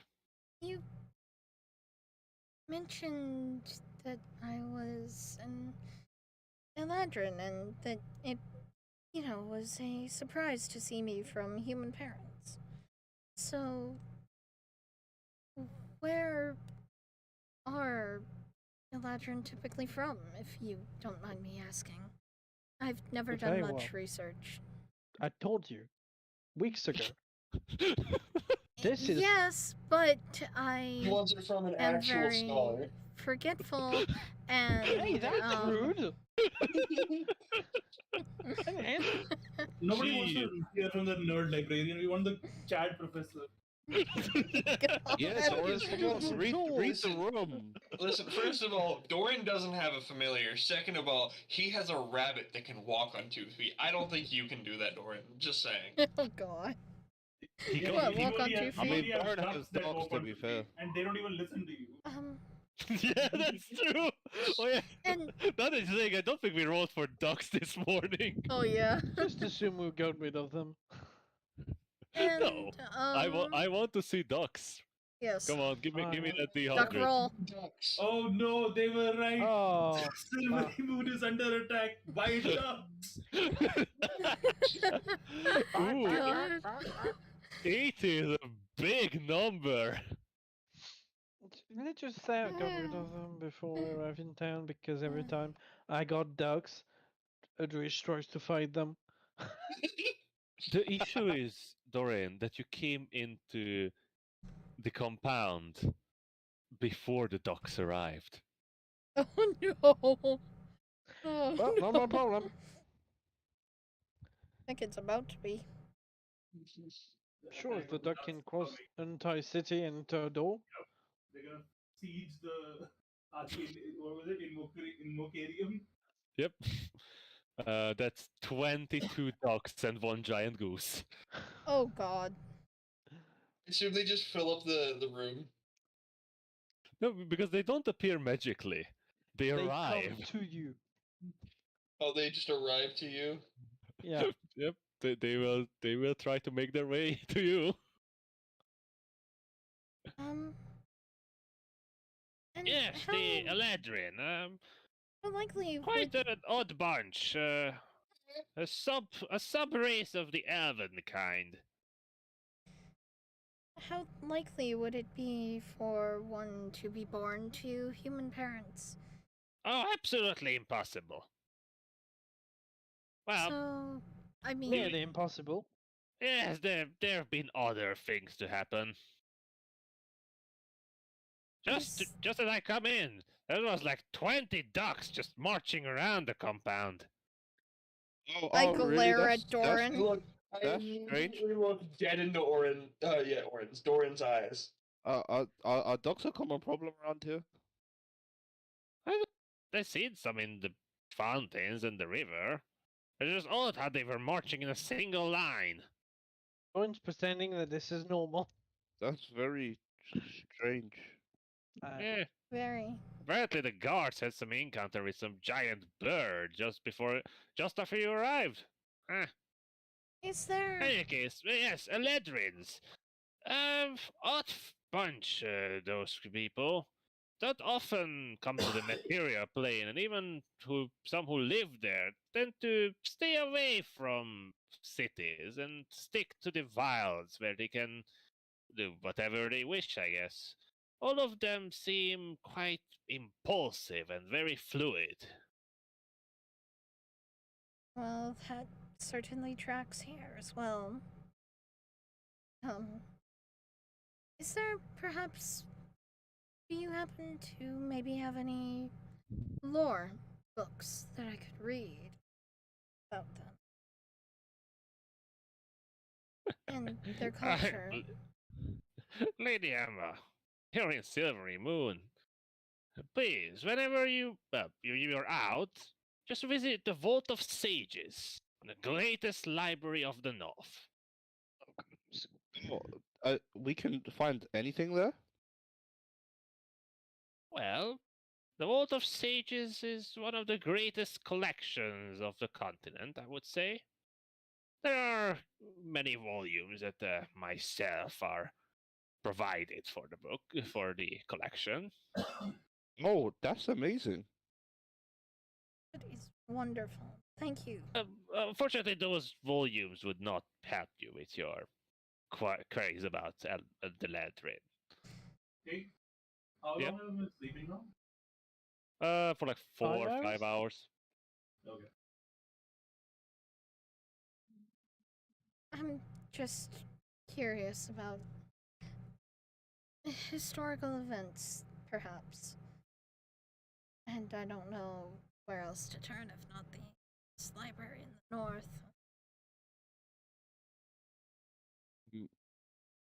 Seeing as we're all asking questions, Professor, have you ever heard of the name Akabosh?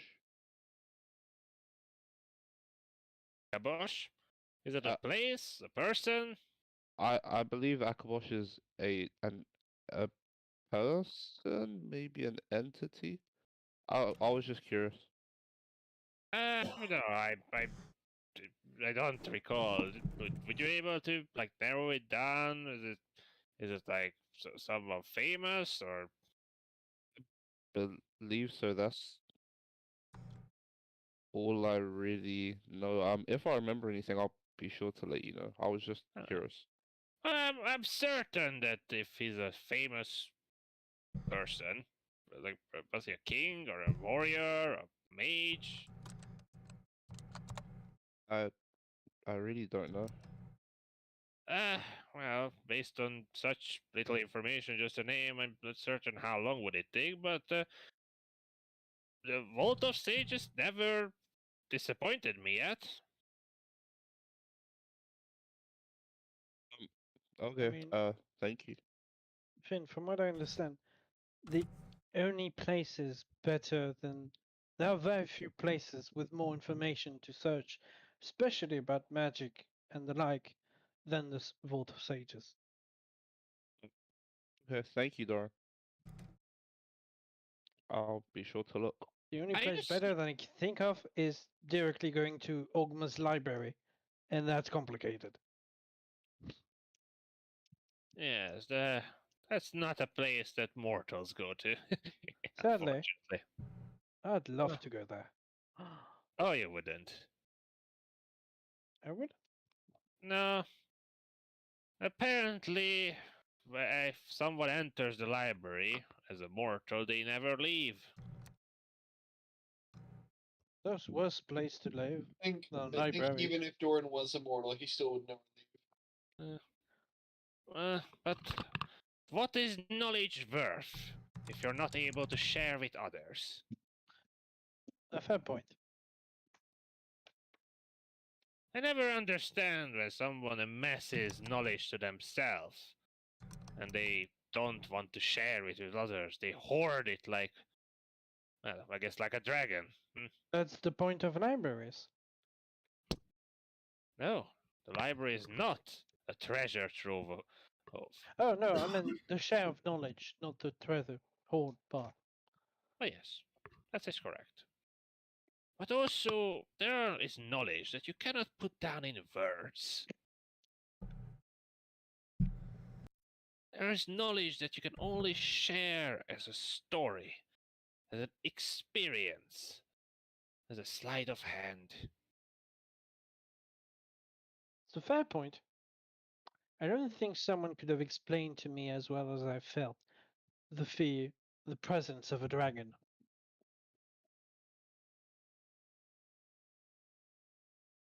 That's something not really to be experienced, but the only way to really understand it is to feel it. I myself only encountered the occasional pseudo dragons. That's plenty enough for me.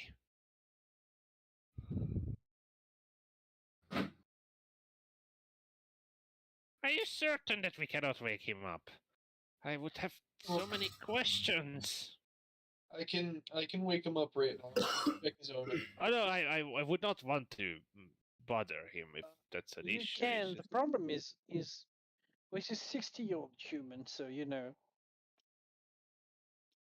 Wake up, Grandpa. It's fine. He's quite exhausted. I think he should be allowed to rest for a bit. He has also been through a lot today. I guess I can wait. I do have another question. Not about Okay, what Eladrin, I question? promise. Well, that I know.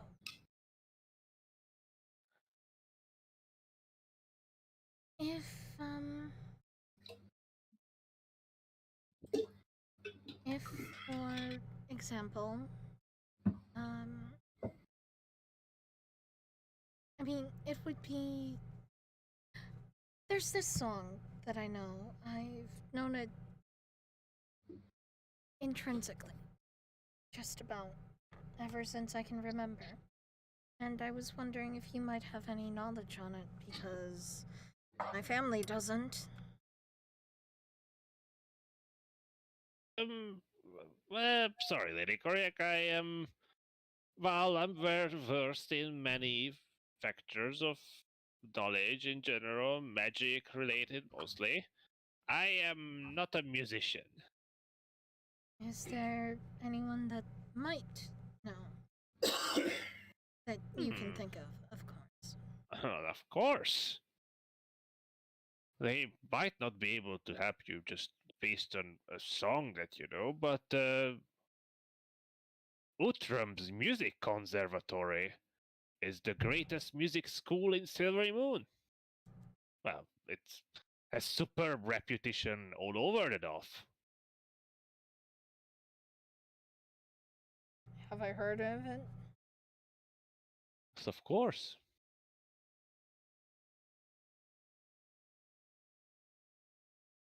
Alright. As when you last visit Silver, no, not actually. It's not that you've met many bards who've studied in Utrum's conservatory. They tell you about how it is a great, how they were, some of them, all of them, were boasting about how they were specifically selected to play in the conservatory's grand music hall, and how their, musical magic almost broke through the sound shielded practice rooms, because this was so powerful.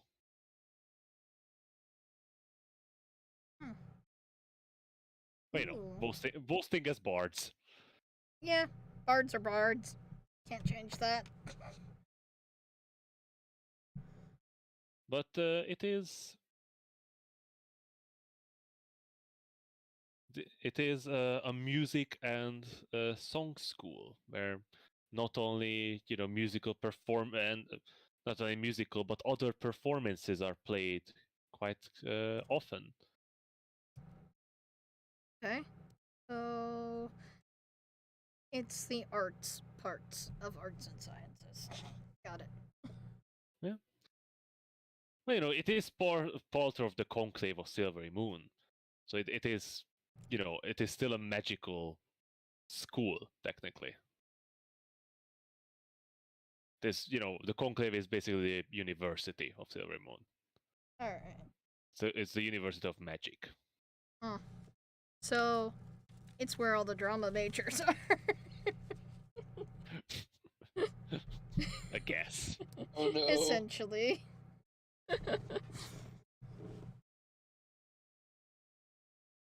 Yes, the conservatory holds a great collection of music scrolls. Maybe one of those will match up with the song that you're looking for.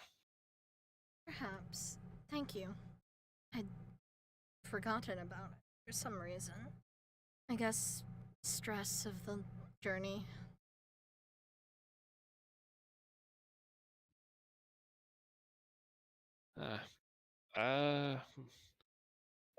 I guess I leave you to rest. I'll be back as soon as I'll be back and hopefully he'll be up.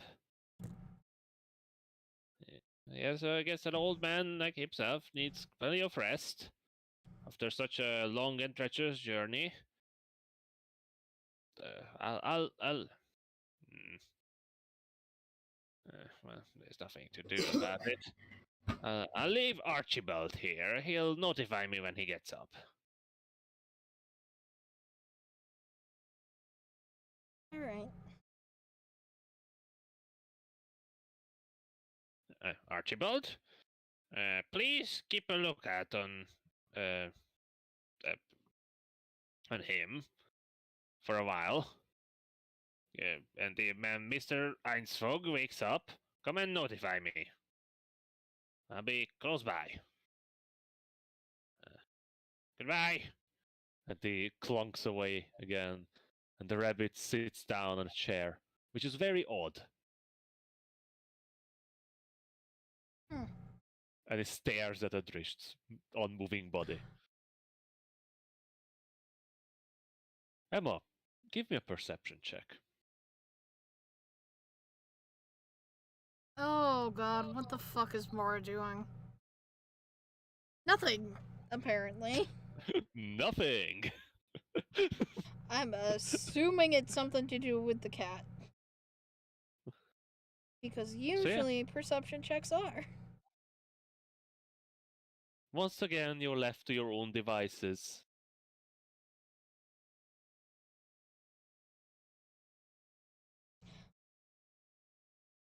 And the hours slowly crawl by. Adrisht, you wake up well rested.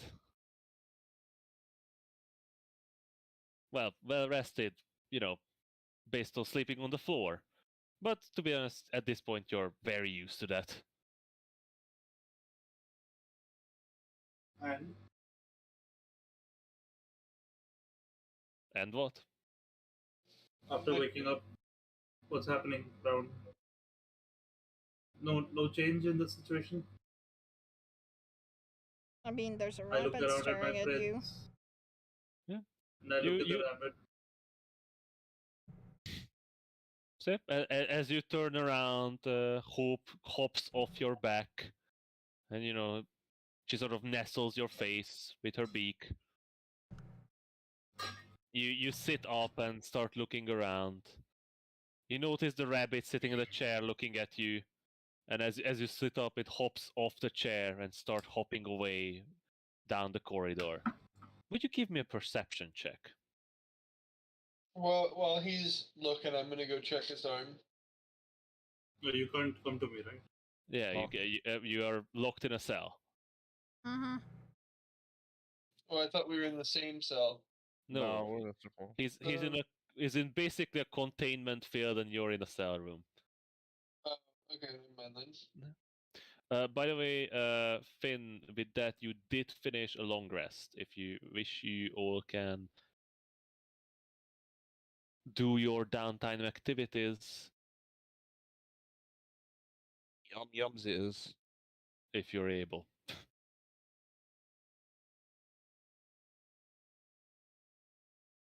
I rolled a 20 on the perception.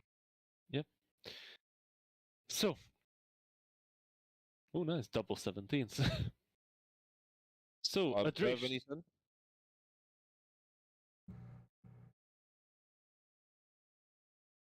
Egg? what do you mean? I don't know. Do I notice anything through my studies? Yeah, you continue learning in Orcish. Okay. Also, why did you have advantage on that? I don't know. I clicked normal. It seems that you clicked twice. No, I only Whatever. clicked once. Same Maybe roll. it only advanced with one, so I'm not sure. It's odd. So, Adrisht, as you look after Bunny hopping away down the corridor with his, like white fluffy tail hanging, flicking back and forth in the air, Mora passes by in front of you as he continue pacing the outer edges of the square, and you notice something. Mora is usually this large, fluffy, plump, round cat, but he looks almost starving. His usually large, fluffy body is now thin. His can almost see his ribs through the under the fluff, and his Damn. legs are much thinner. He needs dreams. Stat. I've been sleeping. Oh, did she see the dreams now? I knocked somebody out. Emma, Yes, addressed? have you noticed your cat is dying? He's. Oh, what? Dying? Not pacing. You didn't say pacing. Because I noticed he was pacing. Well, yes, but don't you? He seems like he's lost like half his volume in the last 8 hours. I will look at Mora. Yeah. It seems that now that Adris is clearly pointing it out, Mora is wasting away. Holy shit. What's. Mora, are you alright? I mean, obviously yes. not. I look at the cat and I speak to it. Cat, do you need something from me to keep you alive? Do you need to feed on something? Oops. Fears, dreams, hopes? Wow. That's depressing. Mora doesn't even look at you, Adrish. He continues pacing around in the square. Oh He well, I doesn't tried. like being kept in one spot. I think whatever he does, it's based on the ability to extract magical essence from around him, and I believe we've been cut off. And as I say that, I try to cast prestidigitation. Yeah. Prestidigitation works. goes off. Hmm. Hmm. Maybe it's something like he was saying that the abomination or whatever that is, or the anomaly, is sealed with magic or whatever, right? Like he's in a magic containment field or something. Yep. I don't know. I Hmm? don't know magic, but I imagine that may be something that's messing with that. I look at Mora and I cast suggestion. Ooh. Doesn't that only work on humanoids? Creatures. Creatures.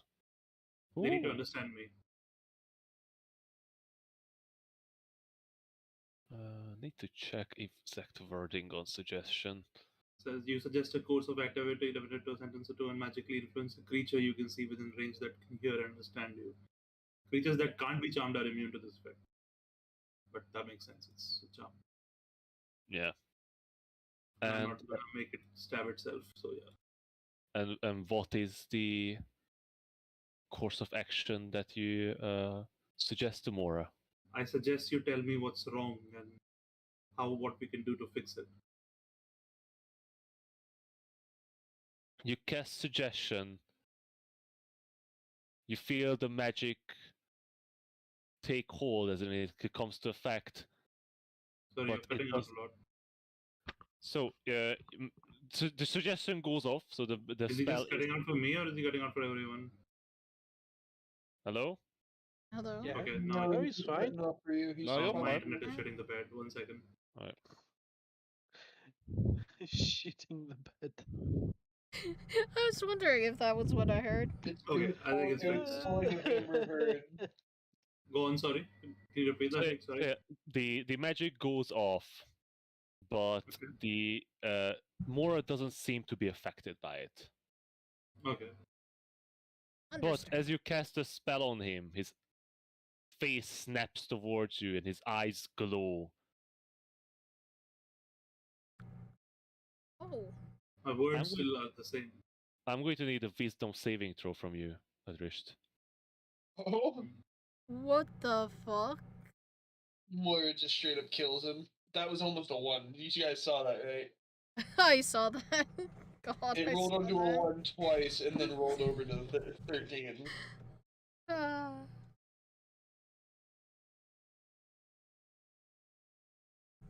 What happens? So, seemingly nothing. You feel his eyes burn into yours for a moment, Adrisht, and you feel almost magic like whoosh wash over you. Did I resist it? No, you failed. Alright. You don't tell us what's wrong. Can't help you, Mora. And for the next, how long is it? Sorry. For the next 10 minutes, Adrish, you're unable to say the word cat. You have to describe it as a figurative face. Alright.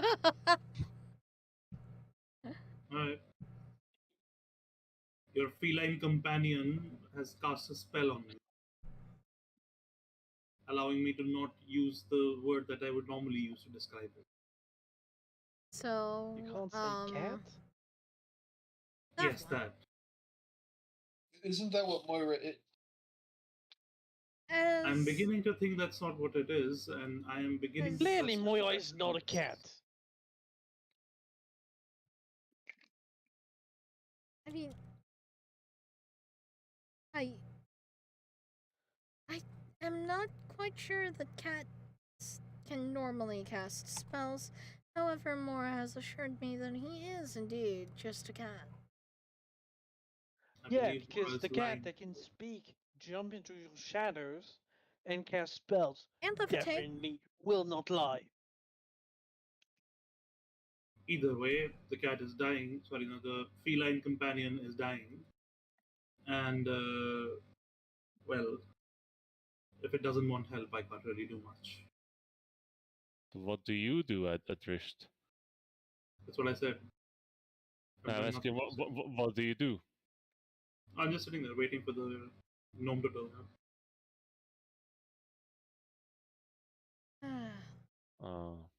I was really hoping you would be walking around. Nah, we're being responsible today. You know? Yeah. Interest was put in the timeout corner and he doesn't like it. So yeah, Mora continues to pace around in the square, I am keeping an eye on him. getting thinner and thinner with each passing minute.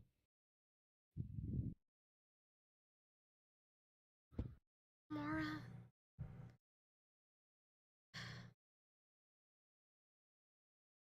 Buddy. Just don't die on. Son. You've lived such a long life. What do you Just- mean? What long life did he live? I don't know. He told me he lived a long time. I guess so. It's a long time in cat years. Don't you wanna? Don't you wanna experience a little more?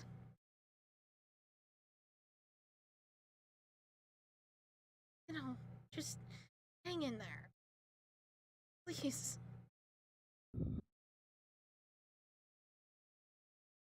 Yeah. I'm As, already as Did I get you the losing sense that the someone I cat was love. I don't immune want to to my lose spell, another. or was it that it resisted my spell? it seemed to have been immune.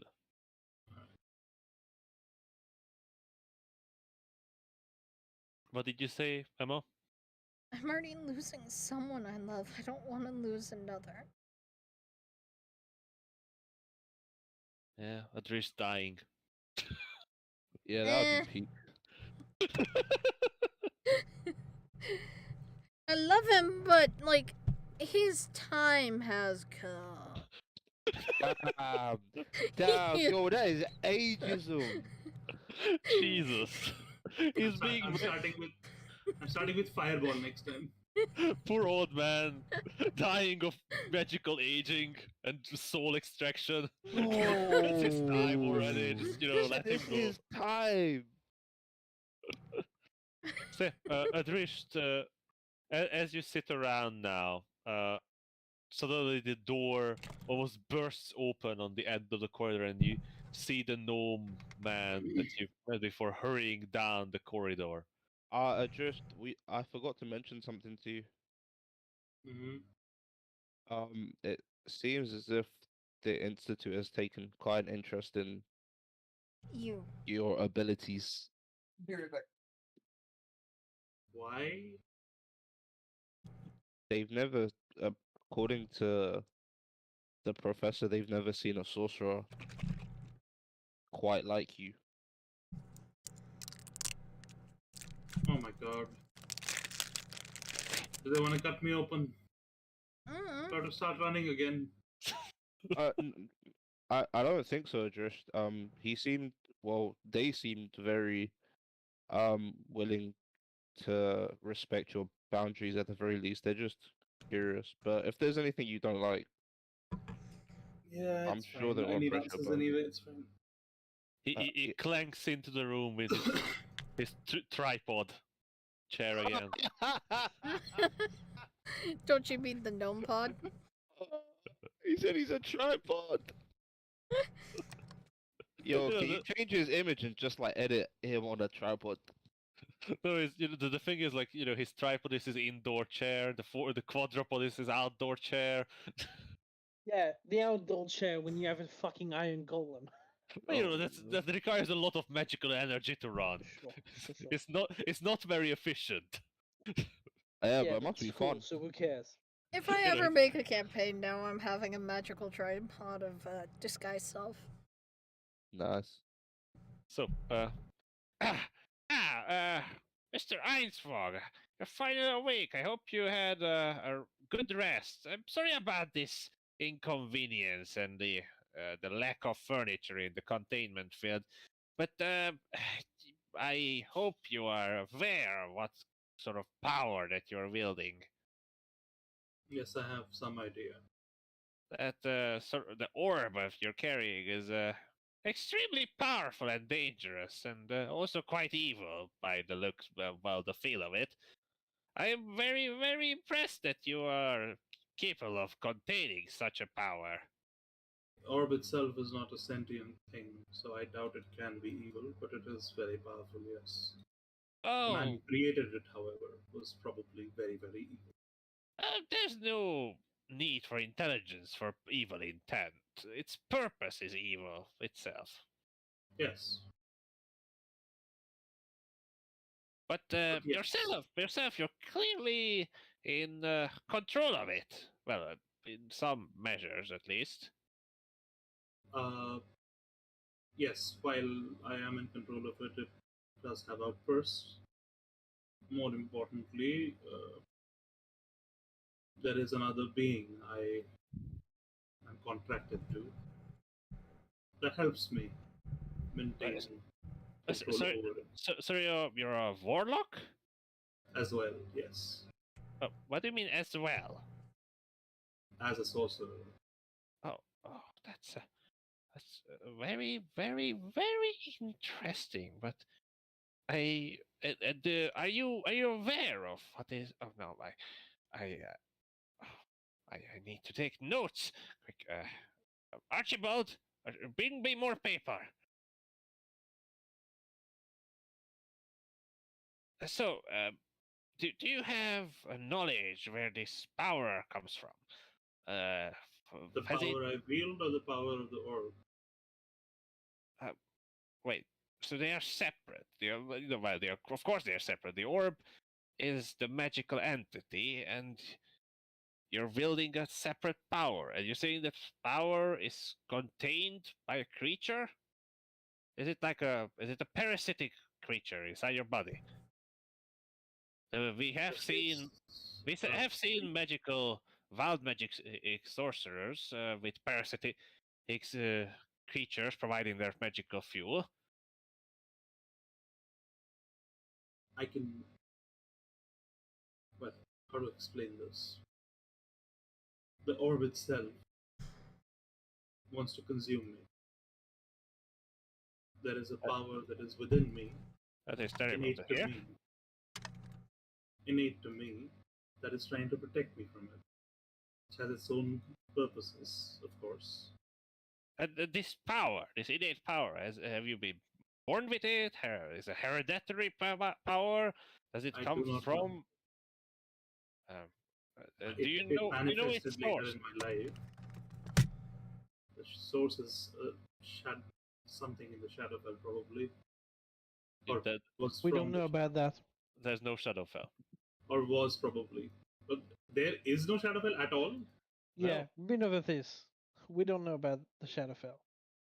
It's Okay. been Oh, established. but there's no Uh, Shadowfell. What's that? I'd say the creature that I'm there. This is endlessly confusing because there's multiple creatures involved, and the orb is none of them. My sorcerer's power comes from this shadow entity that I'm bound to, and my warlock capabilities come from a creature called the Forgotten Queen that I'm bound. They are warring creatures with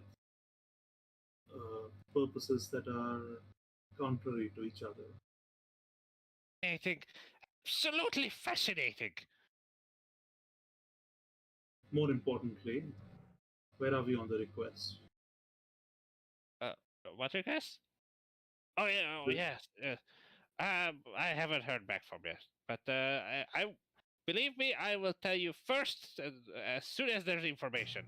But please, if you don't mind, I would love to hear more about this entity that seems to provide you with sorcerer's magic. That is quite an odd thing. Sorcery usually comes from either a lineage or an encounter with some sort of source of magic. I guess this is an encounter type sorcery, but the encounter stuck with you, I guess. Would that be a fair assumption, my friend? yes. Ah, fascinating. Absolutely fascinating. It is almost an amalgamation magic sorcery source. Hmm. Ah, if The you orb itself was created by an entity named Larlo, if you've heard of him. Larlock, And it He- is called the Death Moon Orb.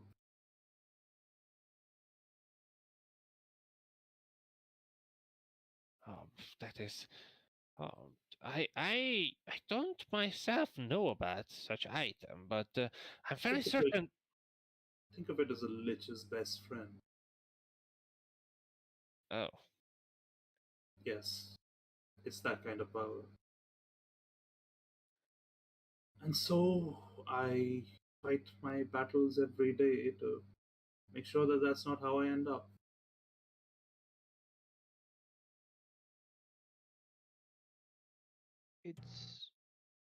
It's as old as it predates the fall of the Netherrealm Empire. so it's a Netherese artifact. Yes. What a wonderful find!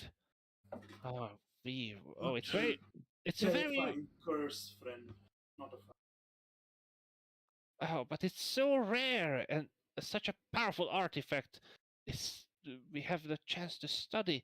Oh, I really hope you're able to stay a bit longer after you manage to get out of the containment. And uh, would you be willing to visit the college? We wouldn't take much of your time, but this new source of sorcery it's a breakthrough. I'll give At you least all for the time 200, you need. it's for 2 centuries. I will give you all the time you need once we've sorted the situation with with this cult first of all. That must come first. Yes, of course. I guess that is, of course, has to take priority. But Professor. hopefully afterwards you would be willing to join us and tell us more. Well, I'm of I'm course, I'm if you can certain. find a way to rid me of it, then you're welcome to keep it as well. Oh, but it's well, I guess it would be quite an inconvenience and quite a horrid thing to carry around. Well, yes, it is trying to actively kill me every moment of my. Yes, that does seem like a troubling thought. But to be honest, these Netherese artifacts are so old and powerful. There are not many ways to really interact with them. I almost managed to get rid of it once through an anti-magic field. Oh, fascinating. Generating an anti-magic field to, I guess, sever connection with it. Oh, Yeah. what a what caused the so it didn't work? It felt like it would, but I was interrupted. Let's say. Oh, well, fortunately, generating a anti-magic field would be out of the question at the moment, because of the magical anomalies. It's not really possible, unfortunately, but maybe later, or if I can get clearance to create an anti-magic field. That would be an experiment that I would be willing to partake in. But casting at 8th level magic would be extremely dangerous. No, we can't risk it. And they would never allow it. I barely got clearance for 5th level. Very well then. What else do you wish to know? Well, would you be willing to partake in some experiments and tests, if possible? Nothing intrusive. Do not have to worry about that. We just some demonstration, some samples. The thing is, we're expecting an attack tomorrow. And if we Oh don't yeah, get this between now and then, I would not like my magical reserves to be depleted when time comes for the fight. yeah. You said so. Oh, but I'm sorry. I don't seem distracted, but you have to understand that the magic you possess is something that I haven't seen in the 400 years of my life. That is something that is not happen often, got to say. I understand, friend, and I am willing to work this just after the city has been saved.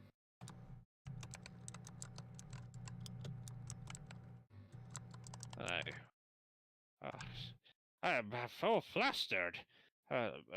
Would you like another drink? Oh, you haven't got a drink. Let me just bring you this drink. And he takes the plate that was that Archibald put down to get more paper, and sort of clutters towards you on his tripod, and sort of puts his hand through the field with the glass. I'll take the glass. I'm back. Welcome back. Oh, that's familiar. Doesn't look so good. Do you have any idea what might be wrong with him? He doesn't seem to be wanting to speak to us, any of us. Oh, does it speak? Ah, quite a fascinating creature. I assume it's not familiar summoned from the outer planes or the Feywild. I'm not entirely sure his origin. We met while traveling. Ah, a bandit familiar. What a wonderful sight. Not many intelligent magical beasts are willing to enter a contract like that. I myself would have loved to make such a friendship, but Archibald is a very helpful companion. He's also very adorable. You don't mind me saying. Ah, well, And I am more of a cat person.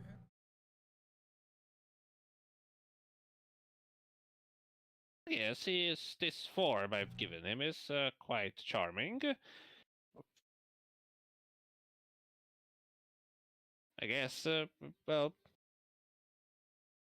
he is a demon, though, but this form is quite charming. You're correct. He's a very cute Oh, demon. I'm sorry. He's Very cute eldritch monstrosity. Yes. So, Professor, this field you've created, it prevents magic from escaping out of it? Is that the idea? Within it, Yeah. I can still perform magic? Oh, Mr. Armstrong, I did not take you for such a learned man of the arcane arts. Yes, indeed. This is a containment field. Its purpose is to keep what's inside. So I did get it right earlier when I was saying about that I know magic now. Vabe looks very proud of himself.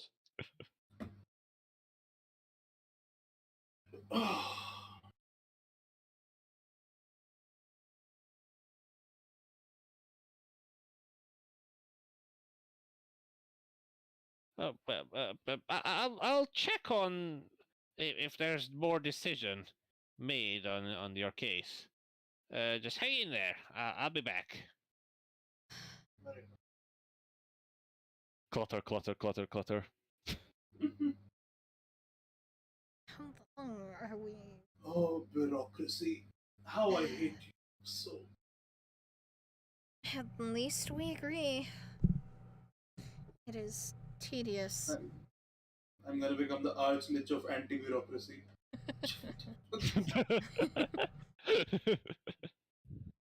just my goal, because arch liches have like the thing where they have like a focus, right, which they're so bound to. Mine will just be to mess with people who are needlessly bureaucratic.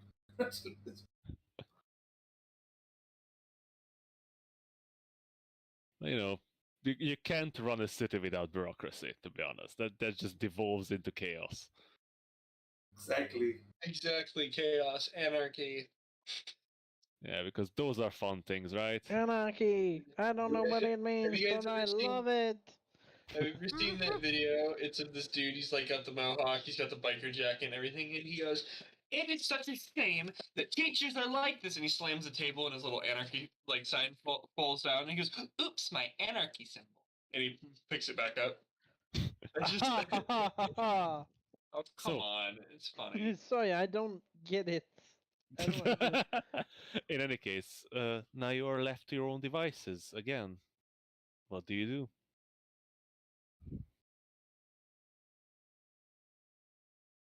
Problem with being a prisoner is there's not much you can do.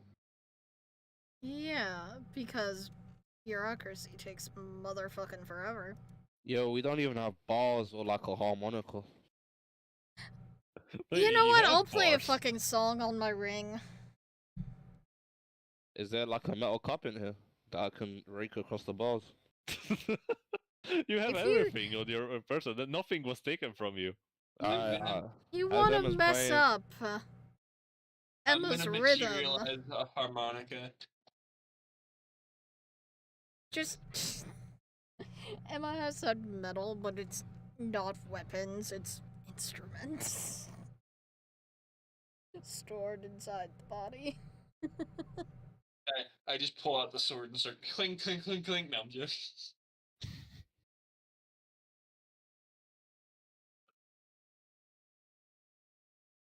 So yeah, it's getting late now, and the professor is not returning. How's Mora looking? His pacings is slowing. He's still walking, but it's Oh, not looking shit. good.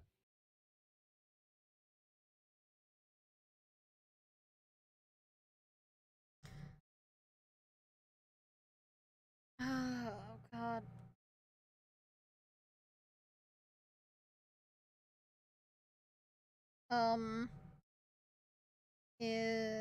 No, back he in a took bit. the demon bunny with him, didn't he? Yep. Damn it! Look, I don't want my cat to die. I don't want my friend to die.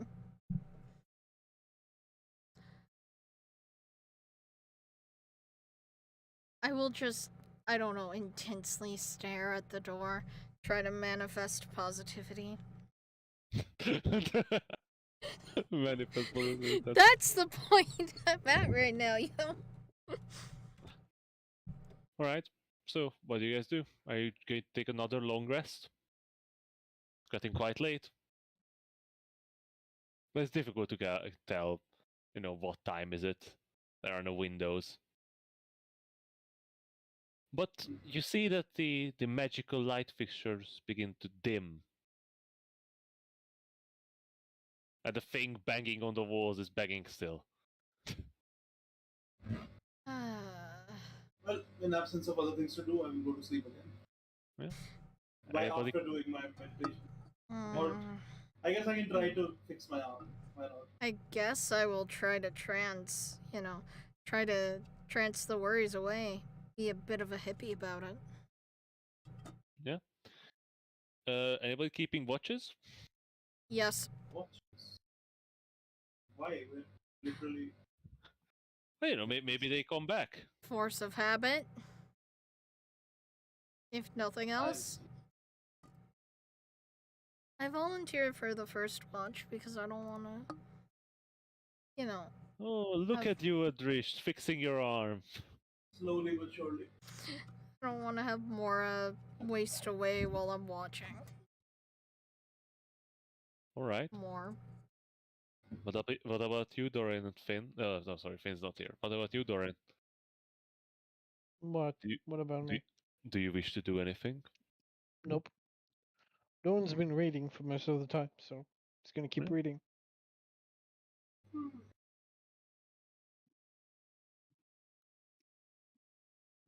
So yeah, what about you, Wave? Is this about like doing watches? Or Yeah, just why doing- not? Make sure no men in black come and like murder us in our sleep. Yeah, Yep. pretty much. Or if you need to siphon off a couple of dreams, read on them, never go on. Good night. Good night. What? After tomorrow. I assume it didn't respond or show any sign of understanding. Nope. It made no response. Yep. So you settle down for the night, taking up the beds and Adrishti laying on your back in the containment cell. This can't be good for my old man back. You have old man everything. Well, I do have my bedroom. Yeah. Oh, your equipment is with you.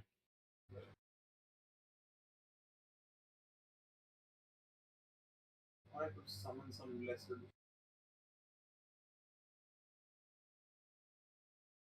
What did you say, Adrish? Nothing.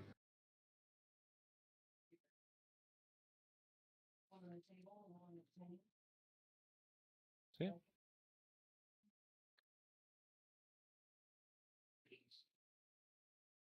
And as you settle down for the night, you lay down to rest.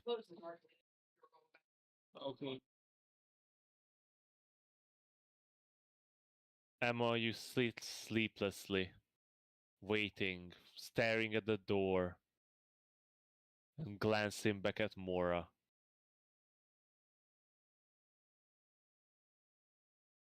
And the hours fly by.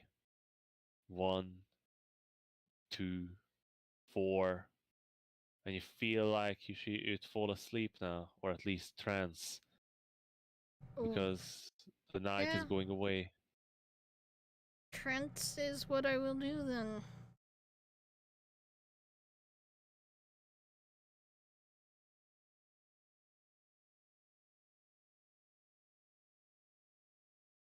And as you sit down to take your time, the clocks tick over, and the 16th of Keythorn begins. It's midnight. And the door creaks open. Oh, shit!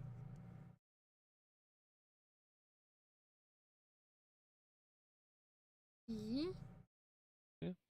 You hear the clanking of metal feet and the clanking of sandals as two figures walk down the corridor. Oh? I'm going to say that you all wake up as you were all lightly sleeping, anticipating something. Or wake each other, whichever you prefer. I'm just gonna sort of kick Vave in the shin. Wave See does him. not feel anything. Fair. Very fair.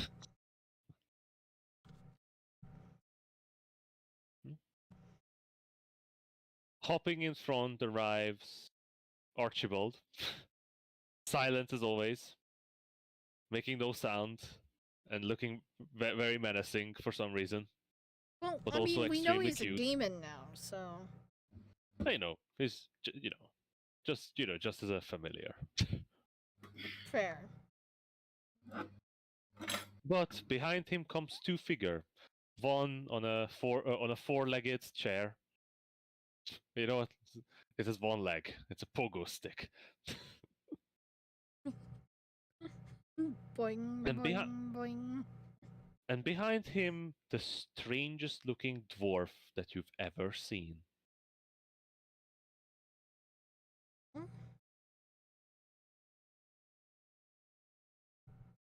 And I assume the dwarf is the sandalware. Yep. What do you mean, a strange-looking dwarf? The dwarf walking behind the professor has almost snow white hair and beard. He is dressed in this long, flowing, fine clothing. He is immaculate. His beard is cut in a perfect shape. His hair is tied back, and as as he walks past your cell, you feel sort of a waft of flowery smell.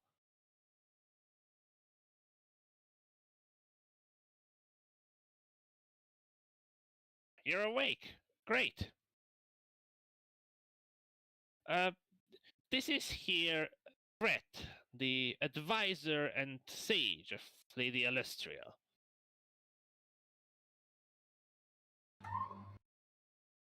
Alright.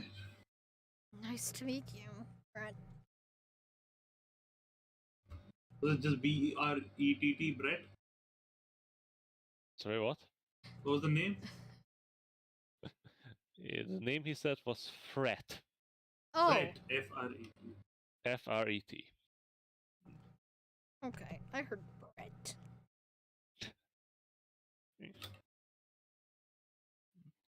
Yes. Greetings to you all.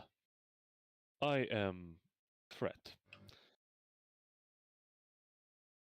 I would appreciate if you would refer into if you would use this name at all. And you hear the gnome snicker a tiny bit, but when the dwarf snaps his head towards him, he's looking very sheepish. He doesn't want us to use the name Fred? He wants you to use the name Fret. Okay.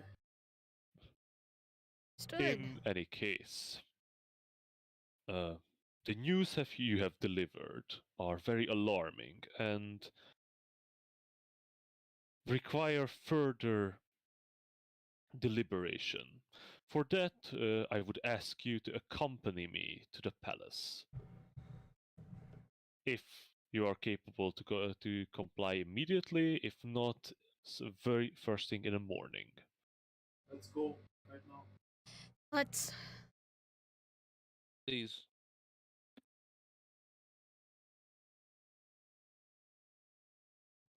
Wonderful.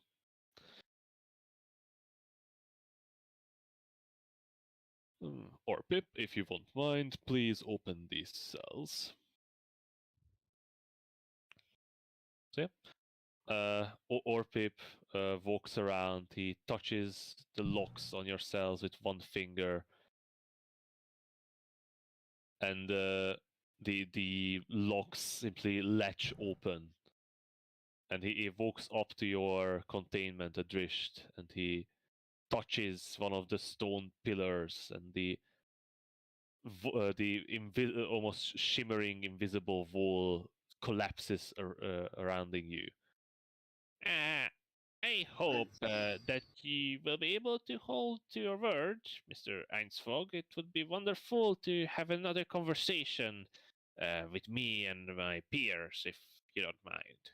Well, of course, when As you soon have as the wall solved. drops, I'm gonna walk out of the containment field, and then shadows are gonna start dripping off me, and I'm gonna say, "At last, we are free." Adrist, And I turn stop towards it. him, and then shadows pull back, and I'm like, "I'm just kidding." Yeah, this isn't the time for that arc, but Finna's Were you trying the so one that hard kept saying that we had not to to do laugh. it now? Yeah, we're literally going. It's a joke, You have to Lauren. be a dick. Try that once in a while. God, I swear to God. Interestingly, Adrish, when you did that, you see no fear on Orpip or Fret. But did you see some like concern? No, he seemed intrigued, curious, amazed. Fret seemed annoyed. Fred's like, oh shit, one of them. Let's go, Fred. Let's see the Let's- performance here. I walk out. And is Mora also out? So, Emma, as the wall collapses, Mora stops in his pacing and immediately disappears in a shadow. Almost falling over outside the containment sphere's perimeter and falling into a shadow of one of the pillars. Oh.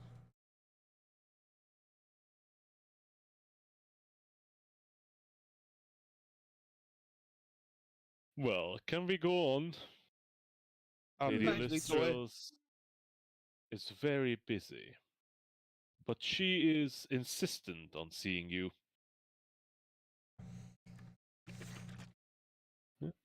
So yeah, Fred begins walking down the corridor, and the professor stands behind, still looking at you, Adrish, with admiration and intrigue. Yo, is he looking at him a bit too intense? Nah. Just trying to see the science experiment, dude. Just- Yeah, shiny new toy.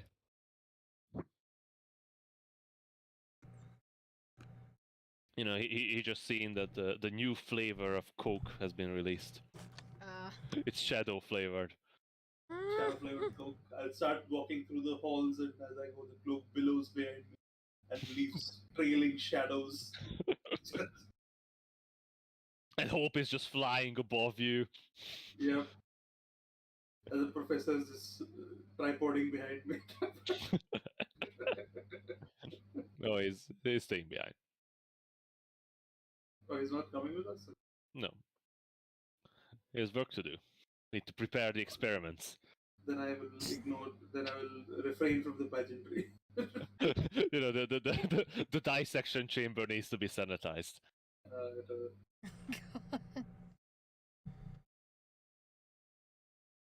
So yeah, you make your way out of the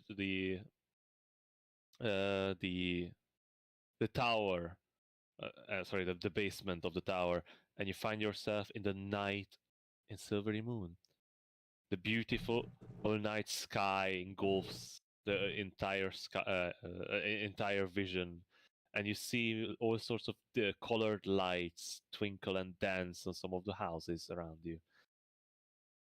Even though it's midnight, there's still quite a crowd. People seem to be very excited for the upcoming events. Some still playing music on the street. Some just sitting around at tables drinking. And there's a small group of soldiers waiting for you outside. So, from here we'll make our way across the town towards the palace. I would ask you to refrain from deterring from the groups if possible. As you know, you should be in containment as per our laws. Yes. Very well. Very well. Yeah. Fred walks into the Minster soldiers, and with a little hat, he gets on back of one of the horses. And you begin walking. You're walking at quite a brisk pace, but Silver Moon is a large city. It takes you a couple minutes to reach the river. And there you see what Silver Moon is most famous for. Its most spectacle-like feature, the Moon Bridge.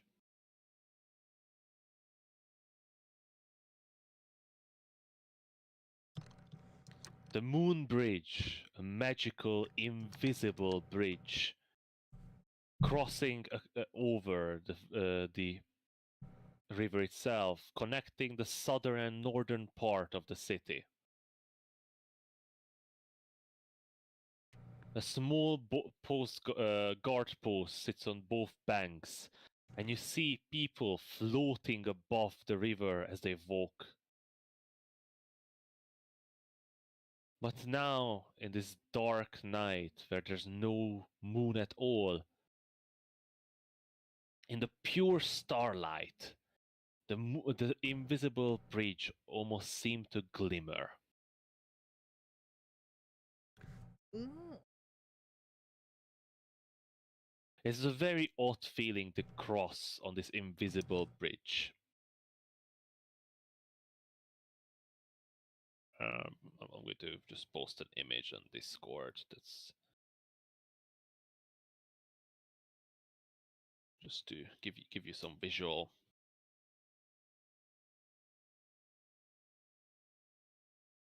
Oh wow.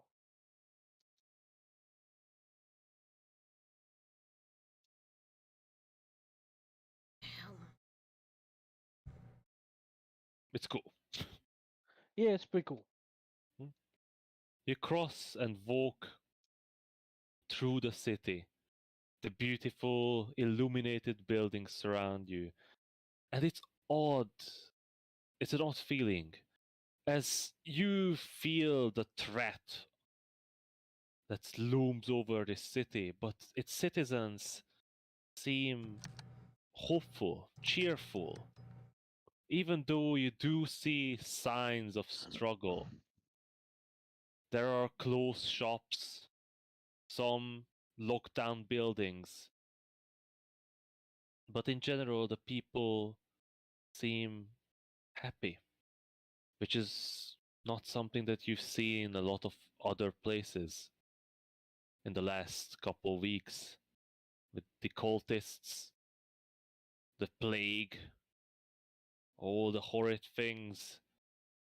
These people still seem to be hopeful.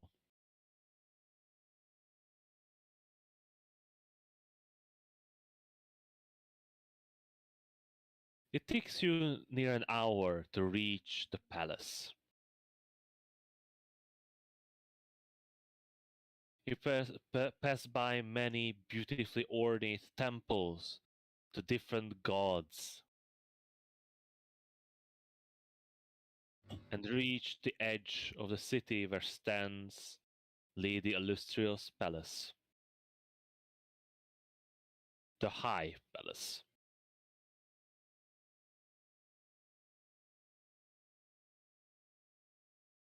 The guards and frats been quite silent with you as you passed.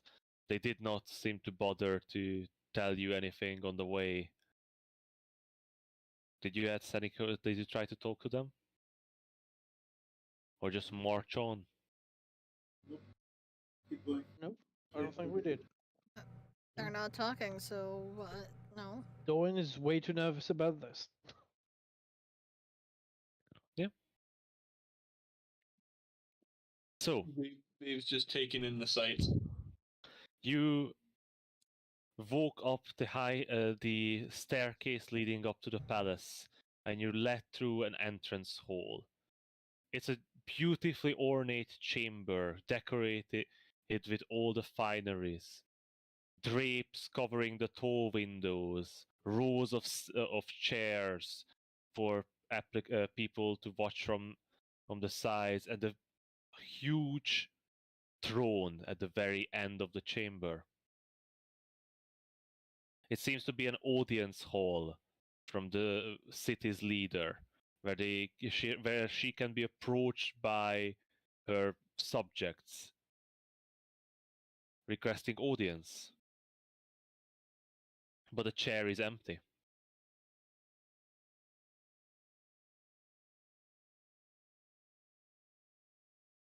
Man, you can leave now. I will lead our guests to the lady's audience chamber. Yeah. The soldiers salute to Fret, and they walk out the great double-sided door, and you are led through the palace, through many long corridors, ornately carved and painted doors, and at some point you realize that you're walking beyond the perimeters where normally people would be let in, and you are in the private areas of the palace.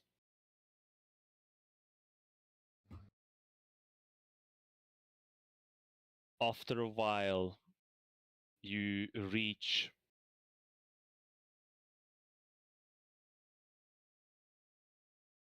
a large wooden door. On either side stands a two-man dressed in black and white. They are wearing white gloves as well. They seem to be some sort of servants of the house.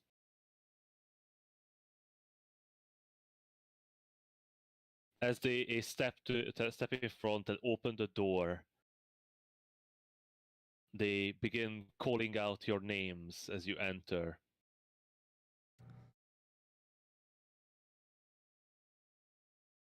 And they seem to attach an additional thing to it for each. Dorin of the Edificient Library, member of the Aegis. Lady Emma Koriek of the Koriek family, a member of the Aegis. Finn Flo... Jesus, Flo... What the fuck is your name? Lower? Flowwind? I imagine he's actually like having Yeah. issues reading it. Yeah, it's Flowing. I think I mistyped your name in the. Well, yeah, in the there's the character. T in his Yeah, character name. Yeah, but the T hasn't always been there. Let's get rid of that T. Yeah, so why? Finn Floated Flowwind. done? Floating the. Oh, sorry guys. So why not a T? Remember, yeah, it was miswritten on the form that you when you came in. Sorry guys. That's a Y, not a T. Finn Flowwind, member of the Aegis. Wave, member of Aegis.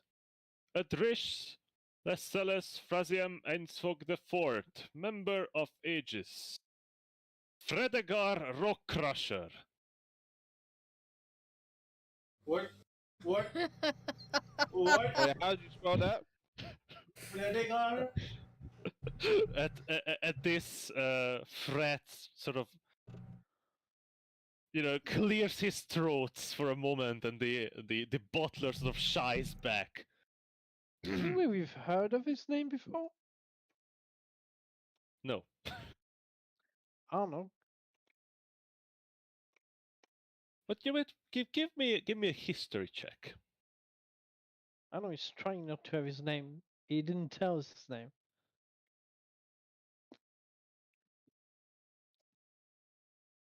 Dorin, Fredegar Rockcrusher is a prominent sage and poet of this era, which is an extremely odd thing for a dwarf to be. It is also known that Fredegar Rockcrusher absolutely hates when he's called Fredegar or Rockcrusher. What about Rocky? No! Oh, I'm not telling you that. And while he is a poet, a sage, and a scholar, he is still a dwarf.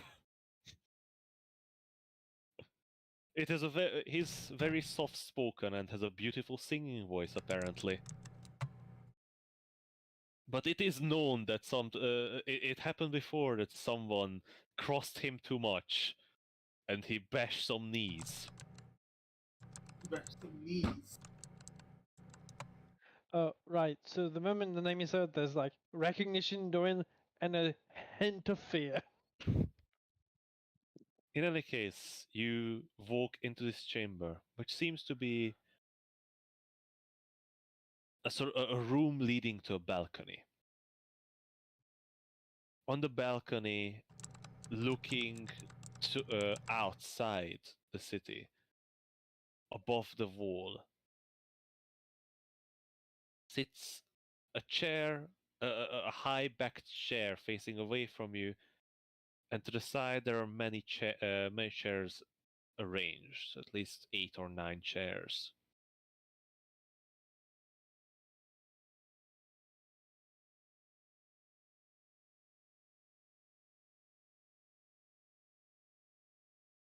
Well, I have other tasks to attend to and also get some sleep, so I leave you to it. The lady asked for a private audience with you. Oh, don't be asses. Of On your course. way. Sleep light, friend. Beautiful. Good night. And we Night. we slowly make our way towards the high back chair. Dorin looks so nervous right now. Also, Fred doesn't leave, he just sits down in one of the armchairs inside the room. He Still looks going like to a listen. kid. Dorin currently is so nervous he looks like a kid who's been caught doing something bad, but doesn't want to tell you. As you begin approaching through this large glass door, you step out onto the balcony and you find that you're quite high in the palace. It's a good 45 feet above ground. And here it is sort of in level with the wall on this part. The wall on the outside goes down deeper, but it seems that the high palace is built on an elevated part of the city. So even a 45-feet balcony is able to overlook the wall and look out onto the dark landscape. As you slowly walk towards the high-backed chair, you notice Lady Alustriel is sitting in there. It can only be her, as her hand hangs off the arm of the chair and holds onto her staff, the staff of Silvery Moon. It's a staff that you have heard about, Doran, and you have heard about it as well, Emma. It is a long quarterstaff topped with a unicorn's head carved out of this white wood. And the stories say that this staff is not only the signifier of the ruler of the city, but also quite powerful magical artifact as well.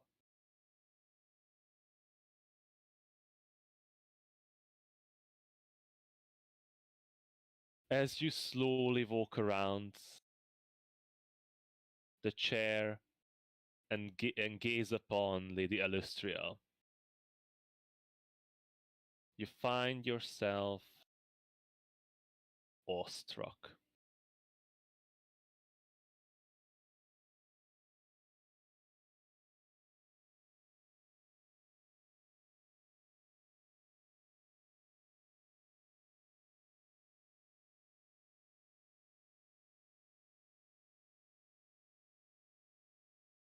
Alustriel Silverhand is a human, but in her looks, she looks almost ageless.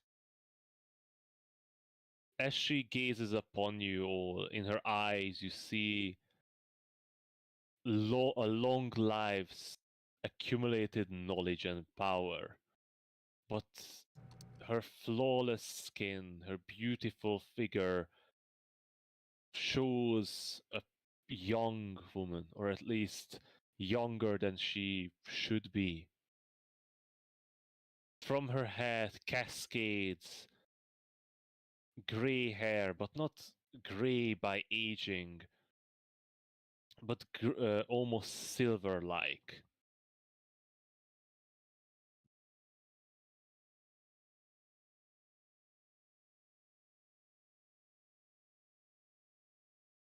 She looks at you with a warmness and compassion in her eyes. And as you look into them, they're like like a sparkling, flawless surface of lake, spotted with small flickers of sunlight. Even though she's seated, she's quite tall, over 6 feet.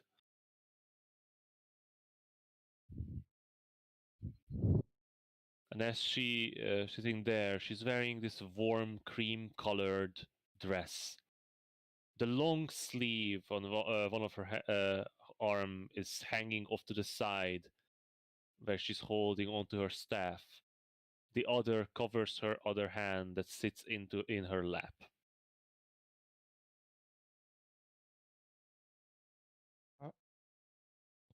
Hmm. Welcome to Silvery Moon. Please take a seat.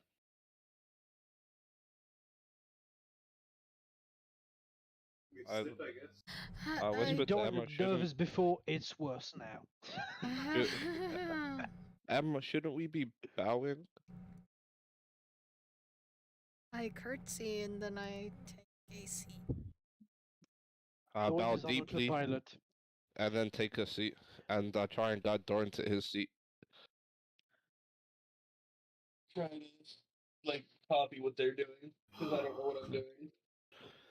There is no need for formalities at the moment. In that case, let me be as honest as possible.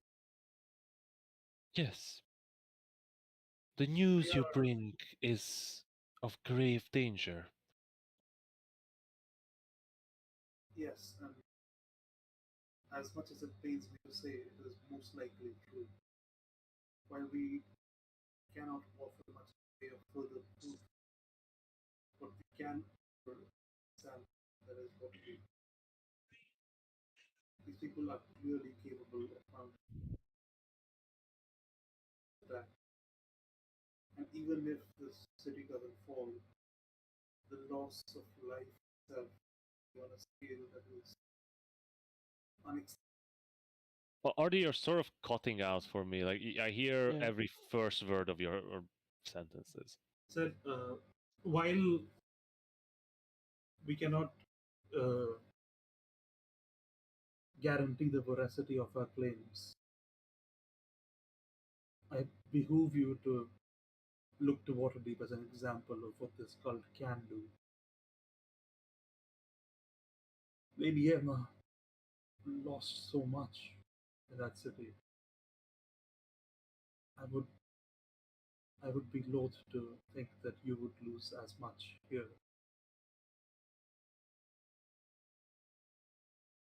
I'm certain that your family can, that your armies can defend the city, but please redouble the efforts and evacuate as much as possible. Because if, in case, you are unable to hold the walls, and they do in fact fall, needless casualties can be avoided with an evacuation.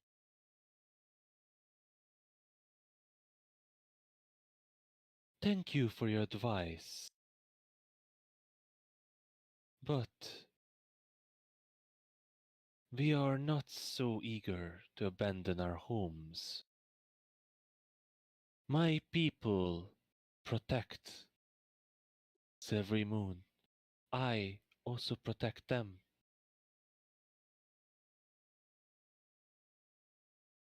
And we will fight those who dare to threaten our city. The moment I received note of your knowledge, I've dispatched our scouts and rangers in the surrounding area to find any of the sign of this activity of the cultists. If they want to take the city, if they want to take down its walls, they won't find it so easy.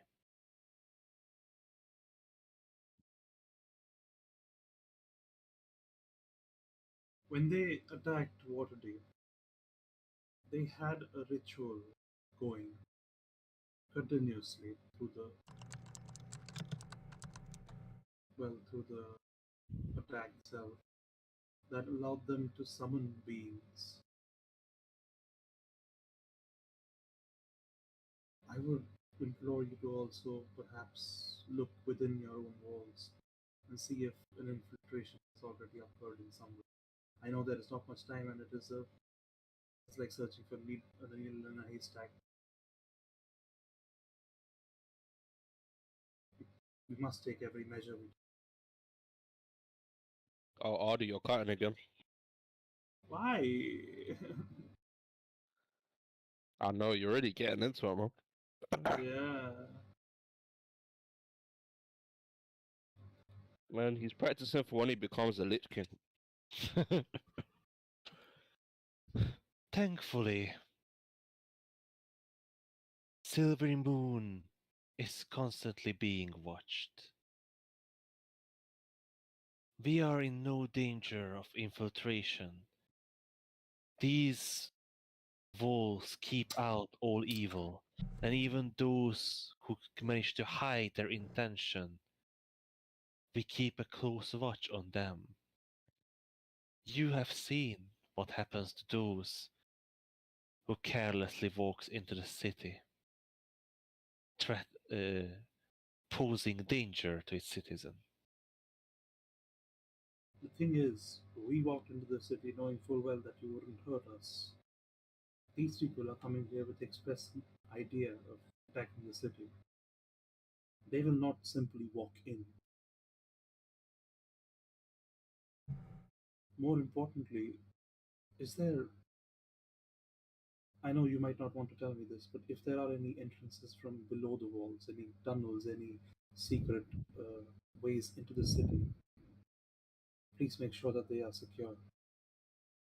The walls themselves might hold, but a city this old, I don't doubt that there are ways that smugglers could get stuff in and out fairly easily,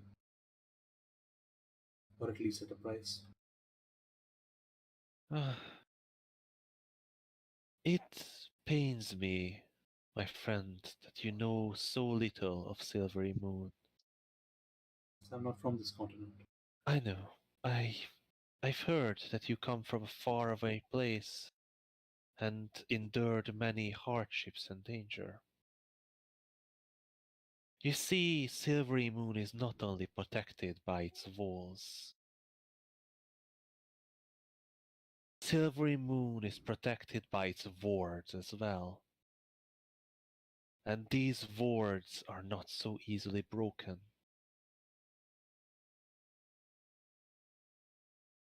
These wards are controlled by me and my trusted advisors.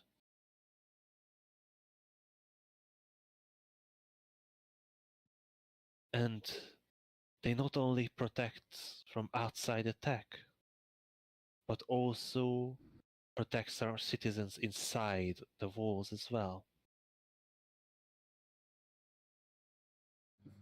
They not only stop creatures of evil intent from entering, but they drive them out with magical powers. They stop spellcasters from summoning creatures from other planes or magically travel.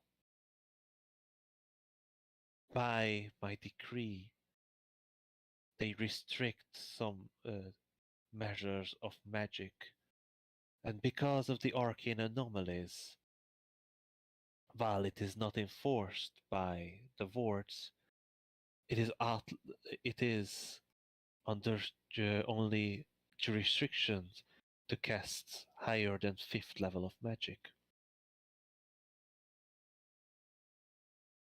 And if you are certain, then the city is protected. Lady Anastriel? Nevertheless, as I've said, I do take seriously your warning. The Outriders went out to recall our armies. Some has already returned, and they are now manning the walls. Doran, Lady Anastriel, do you know what the mythal is? Silly question. Of course, the Mythal is the ward of Silvery Moon. An Okay. ancient spell cast. Oh, if I recall, 530 years ago? Yeah, somewhere around there. Because in the letter we found and in the divination I did a few days ago, the words "the mythal will not stop our actions." Yes, Those words. that worries me so, young cleric of Mistra. The He Mythal, believes that. is the most powerful protection of of my city. And if they indeed possess such power to break through Silvery Moon's wards, we do indeed are in big trouble. Well, they may not have the power to destroy it, but maybe they have a way to go around it? Or not be affected by it?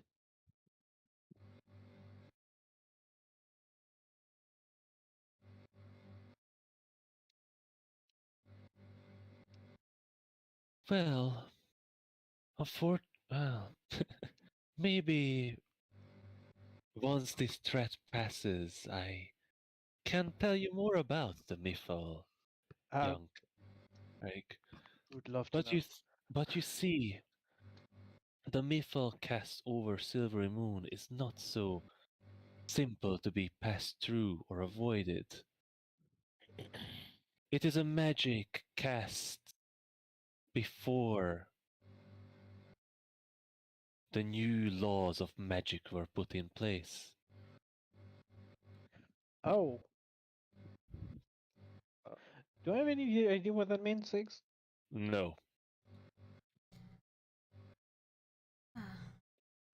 Dora, Well, Lauren what just does looks that mean? confused.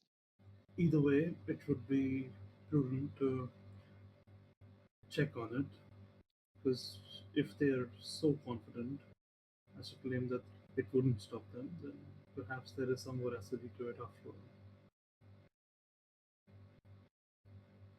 Yes, I mean, to the only thing that I can imagine would be so powerful is this arcane anomaly that occurs around here. You must that, have experienced it. hmm? Well, I mean, we felt something upon reaching the north. To be honest with you, my there lady. is a whale that is spreading towards the south from the north. a It cancer in prevents magic. it prevents magical communication, transport, and Oh, general spellcasting, from what actually, I've experienced. we also What have do you other mean? business with you What do you regarding that. mean veil?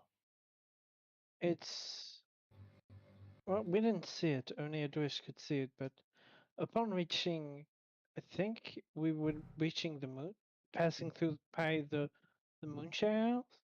He claimed to see a veil across the land, and the moment he crossed it, uh, it was not a comfortable experience.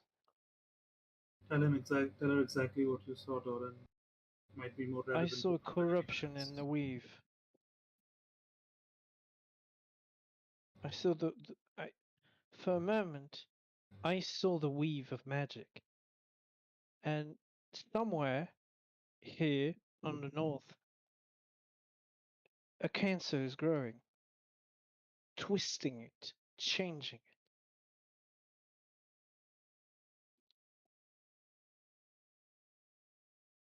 it. Alustria just looks at you, Dorian, and she's fixated on your words. Oh, that is. And he was able to perceive this veil. I must know more of this. But first, the city defenses. Like I said, the city walls are not so easy to break, and it is near impossible to pass the wards. But my men will man the walls, and the city will defend. And if I understand, you wish to partake in this defense. Oh, Wherever of you course. feel you are most vulnerable, send us there. If we If can we be of can be any of help, help, yes. And I don't want to be rude to you, Adwish, but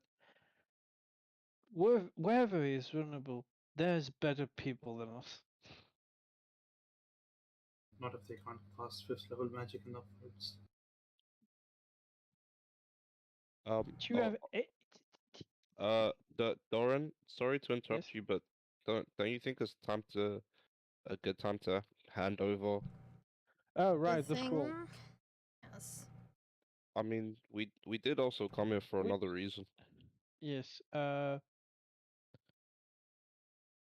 sorry When for I this. left the deficient library, they did give me a scroll for you, Lady Alicia. Who's Yeah, it from? It was Hugo, I Hugo, believe. from the head librarian Hugo. He claims to have found a way around your teleportation wards. A smile spreads on her face, and it is odd because it just makes her. But well, she looks very regal, but somehow she had this calm manner about her. But now that this sort of smile creeps around her face, it just looks so much more warm and joyful. Is she remembering something? Sorry, Well, is she remembering fond memories of Hugo? who Good knows? times, good times. Hugo and Say- Silverhand sitting in a tree? Okay. I mean, we don't know. Yeah, So, sure. Dorian, you hand over the scroll Yes. case, the whole scroll case. No, just the Hugo scroll. Hey, why don't keeping you the hand other over the one. scroll case, Doran? I'm keeping the other one. The dragon one? No, the holy the reincarnation one. Oh, okay. That's not important. Also, That one, also, I wanna And be then Emma incarnated. dies like an I wanna hour be later. together. I'm done also, with being human. this was just the cover, right? So- Yes. Yeah. During you hand over the scroll, and Lustriel seem to fumble with it a bit. She lets go of the staff, and it leans against the chair, and she sort of It's puts. weak in the knees. Man has her weak in the knees, dude. Yo, God. yo, I need Hugo his got that game, sauce, man. apparently. She sort of Huh? holds down one of the ends of scroll with her left hand in her lap, and uses her right to unroll it. And as she does, the ghastly figure of Hugo pops out of the scroll and pulls down his pants and shows his ass to Alestriel's face. Oh god. I was As- definitely not aware of that. Nope. None of us were. As a tiny piece of parchment floats out of the scroll, as she with just one line saying on it with bold big letter, "I told you so." And as she reads through it, seemingly non-bothered by the glowing ghastly figure's ass in her face, that she sort of just waves away with her hand and unrolls the scroll again and just looks at this very complicated magical circle design.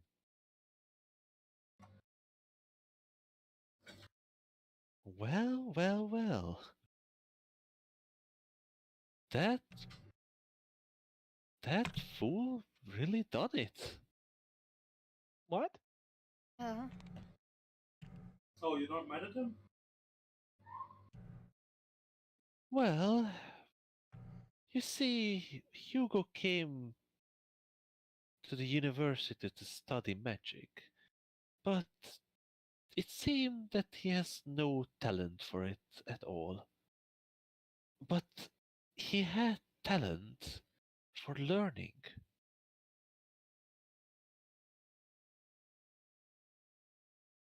He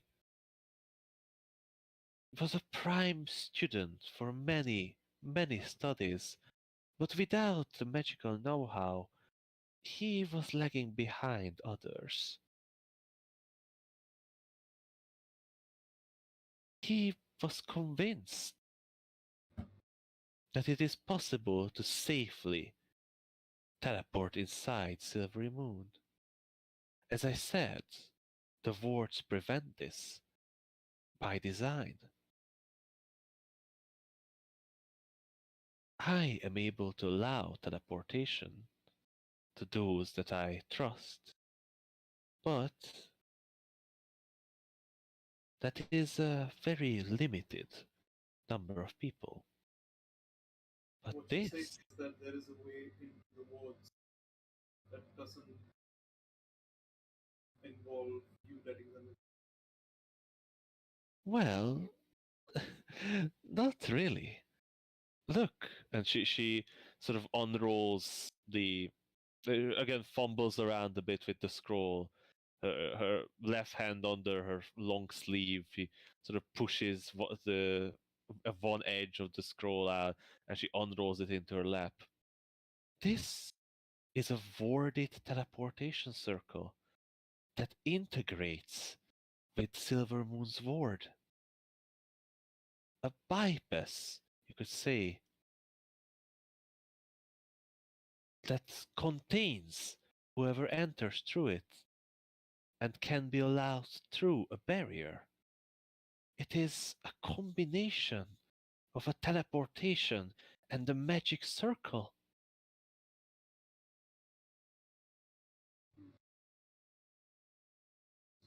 So they're not gonna invade the city with this magic circle then? Okay. What I'm sorry, are I the thought chances city of was someone else figuring out how to do No, that? no, this is not. This is a spell that, if cast inside a city, it can create a permanent magical circle that Sorry, what? can be accessed from the outside, but will hold anything that enters through it, and will only be let out from the inside. A fascinating theory. I'm sorry, what? That is Dawn's pretty- mind just looked like it exploded. Oh, you're He- not He does that. concerned He also has no talent for that. about the implications of Hugo figuring I it out. I must send a letter to Hugo. I guess I'm proven wrong. He found a way to make a permanent circle? In Not one casting? well, not only that, but found a way to combine the magical properties of a teleportation circle and a magic circle. Okay, That enough. man How is do you- a mad genius. I'm sorry, but isn't a teleportation and circle a form of magic circle? They're uh, very different magic, and combining them is Hmm. it's might I don't know, it's like it's incredibly hard. I might just have to call that fool back. May just have a seat for him in the university. It's He did tell me to shove it, and that he's going to be better off on his own, but maybe I can convince him somehow. Perhaps. Dawn just looks completely flawed. Alright, before I forget, there was another reason for us to come here, right? Guys? Did Uh, I pull out Uh-huh. the amulets, the amulet I have? yeah, Hmm. I'd take on my amulet as well. As do This I. was the biggest reason for us to be here, actually. Alestria holds up her right hand, stopping you for a moment, and looks towards the door, the glass door. A moment later, a soldier bursts through, rushing towards, not even bothering to wait for the announcement. He stops at the side of the chair and goes to his knees. Mage armor.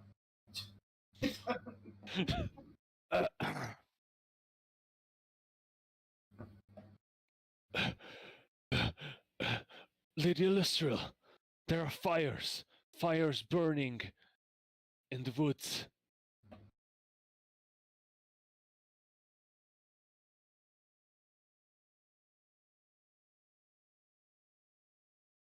These in the moonwoods, they are ablaze and in an odd shape. What shape? Uh, circles.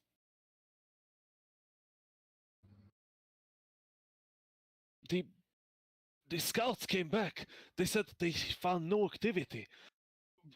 It's like large army camps or something.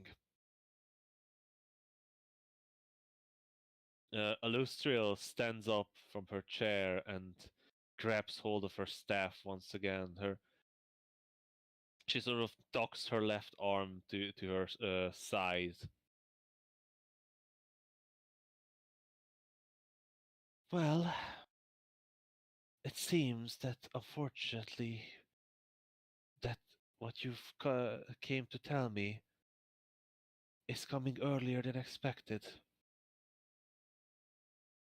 It is the new moon after all. Right? Yes. Come, I must see this. And follow. sorry? We follow. Yeah. She taps her staff on the ground, and a large circular blue disc appears in the air, maybe 2 feet from the ground. I'll get on it. Yep. Mm-hmm. Yeah. This is stupid, but why not? That Illustrial takes the staff and sits on it like a witch. Yes. Sideways or Yeah, sideways. Bro, next thing she's gonna invent fucking Quidditch. And with that, she flies into the air, and the blue disc drags behind her. is it like a tensor floating disc or something? It is something like that. It's different. Yeah, Hmm. obviously. Carry people. As you fly through the air with incredible speed behind her, at least 60 feet per feet, you begin soaring to the sky, and towards the north, you see it. The forest is on fire. Flames lapping up the woods in strange circles. Does it look like a medallion of the master? Does it? No, it's not like that symbol, that odd, weird, squiggly symbol. Illustrial turns her unicorn staff in the air and flies towards the north wall, you dragging behind it. It takes only a couple minutes, and you land on the wall and look over the burning forest. There are soldiers on the wall shouting orders, and immediately a commander rushes up to the Lady of Silvery Moon. And you standing behind her. My lady, the scouts reported no hostiles in the forest. The elves, they have reassured us that they've seen no activity. Somebody set the fire. Do the symbols mean anything to any of us? Do they? They don't look What do you mean? familiar at all. What do you mean Any symbols? shapes? They are circles. Is it Yeah, just but are the I'm, circles in a pattern? I've probably at this point turned to look inward to the city. All right. Emma, give me a perception check, please. There Are the circles in a pattern? Oh my god! Am I a grist? That's So, crazy. Adrish, as you look over the forest, these are huge circles. Like the circles are at least like 200-300 feet across. There are 5 of them, and there are 2 closer to you. There are 2 further away, and 1 to the furthest. Like a house. Sort of. What is it called? But as you watch, you see something odd. Lines begin to burn, connecting the 5 circles in Oh. almost a pentagonal shape. Oh my god, it's a fucking pentagram. Oh, that's the most evil shape for sure. Alestria, I don't know, Alestria I don't like stands triangles. on the parapet and leans on her staff looking out at these circles. Is there anything I recognize at all? At the center of the pentagram, I'm gonna. How far is the center of the pentagram? Maybe like 5 kilometers? Yeah, you're not fireballing it. Maybe less than that. Like 2-3 kilometers. That's like what? Like, a mile and a half? No. no. 3 kilometers is what? Maybe. Wait, no. 1 mile is Mhm. 1.6 kilometers. So Fucking system. that's 1.9 miles. I think. Yeah. So I'm gonna No. put Yeah. a mile away from me, high in the sky. I will put clairvoyance sensor so I can get a better view. And cast clairvoyance. Damn. Yeah. Isn't the orb good? Yes, I yes. I like how clairvoyance is just I cast to know. Blam. No, it's not Wait, really. doesn't that cast 10 minutes to cast? Yeah, it Yeah, takes but 10 minutes. I assume this is not gonna be instant. Is there any way for me to know what kind of circle it's making, or I don't think it's a familiar place to you, though. It doesn't need to be. A Right? place you have visited or seen before. Obvious look. Yeah, I'm pretty sure you can see or the in an sky. obvious location that is unfamiliar to you. such as behind a door, around a corner, or in a grove of Or in trees? a grove of trees. Yeah, I can literally see the sky ahead of Yeah. me.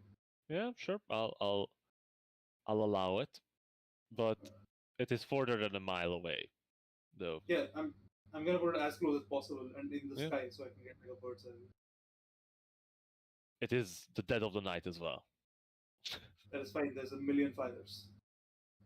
It's a fair point. All right. So You're looking Adrish at is now on this concentrating one, for Higgs. 10 minutes on that. I I'm sitting assume down I to see cast. nothing with that 9.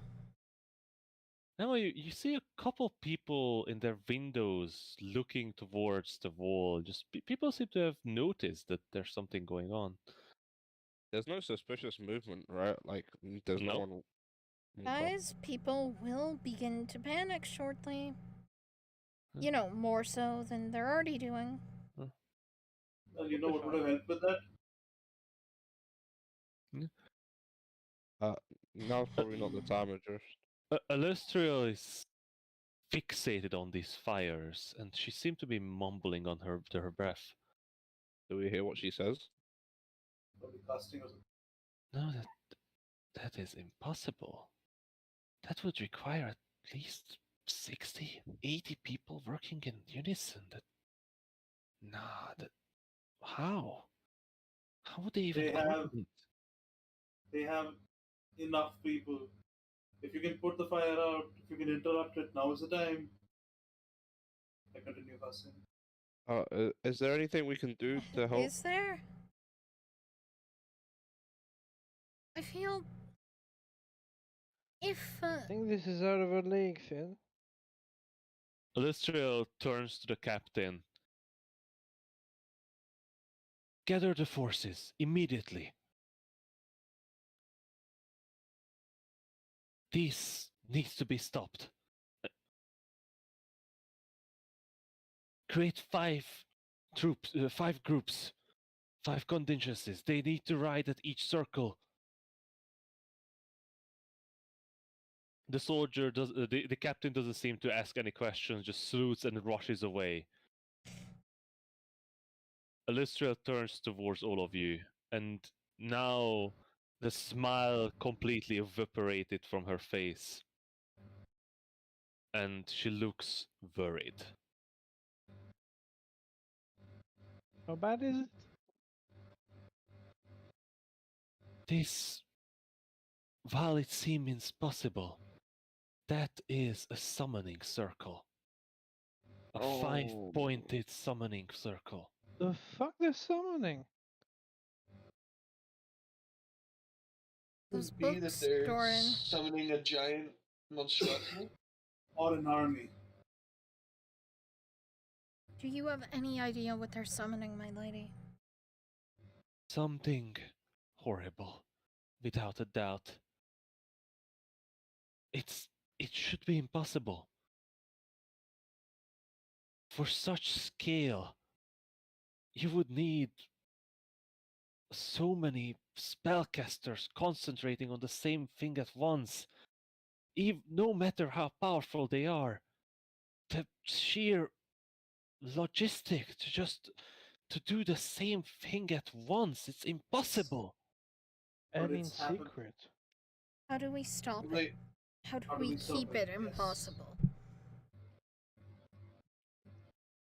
You see, a 5-pointed summoning circle is a very simple magic. This is how you would call a familiar to yourself. Arrange the ingredients in 5 points. That forms a circle, and in the center appears your summoned creature. To break this ritual, you must disturb at least 3 of the components and the head. But what could they be summoning? I'm not sure that matters too much right now. I don't think we want to be around to find out. Probably not. Do we split up and go to one each, or do we That might go be for a good one idea, together? but we have no clue what we're going to be facing, other don't than think it matters at this point, Emma. spellcasters. If you are willing to help, I'll send my army to 3 circles and send my troops with you to the head. If you Then manage to you- disturb them, the circle will fall, and whatever came through should be sent back. But oh no. What will you do? And she turns towards the parapet again. As you see, those lines of fire have reached the 5 circles and now rapidly spread into the center, burning up this ancient forest. How can you get us there as fast as possible?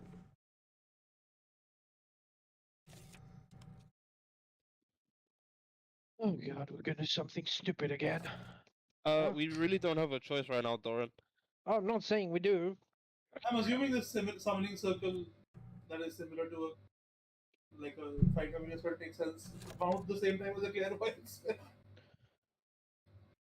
Or more maybe, since it's so big. I don't know. So, Adrisht, by this time your magical organ has appeared a mile high in the air. You see the fire spreading in the forest in this horrifying magical summoning circle, and pools in the center in a swirling vortex. Anything coming through?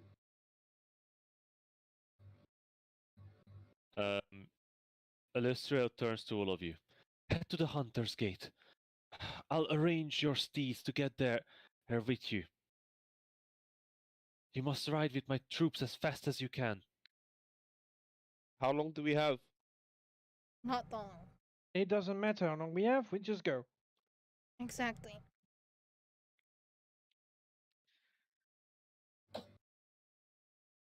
And as you begin to part away from Elistria, as she still stands on the walls facing this menace, Adrisht, through your clairvoyant eye, you see the swirling vortex begin to rise. The rise towards the sky where you are.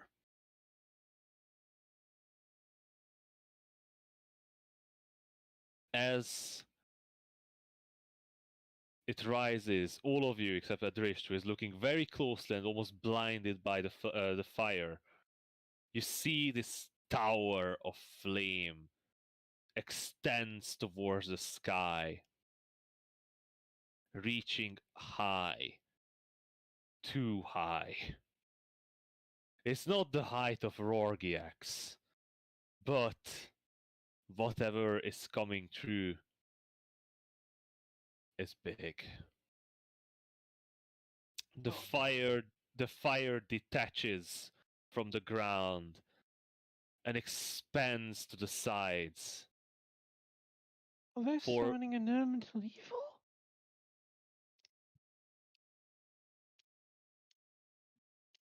We could really use Rogex right now, better than the Titans type ish. He's getting his lady some water. As the fire expands to the side, it forms almost an eye shape, like a vertical eye. Sauron. Sorrow? And through this gap, a creature emerges.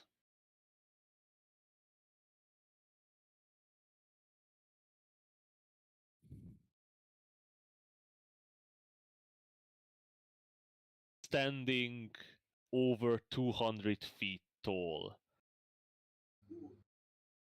a figure made of flames, carrying an enormous morning star. His body made of flames and flaming stone, his face skeletal and horrifying. And as it stands, the fires from its body immediately incinerate the wood surrounding it. And as it stands, in its empty hand, a ball of flame forms. And with it raises arms slowly, and the ball of flame is hurled towards the city.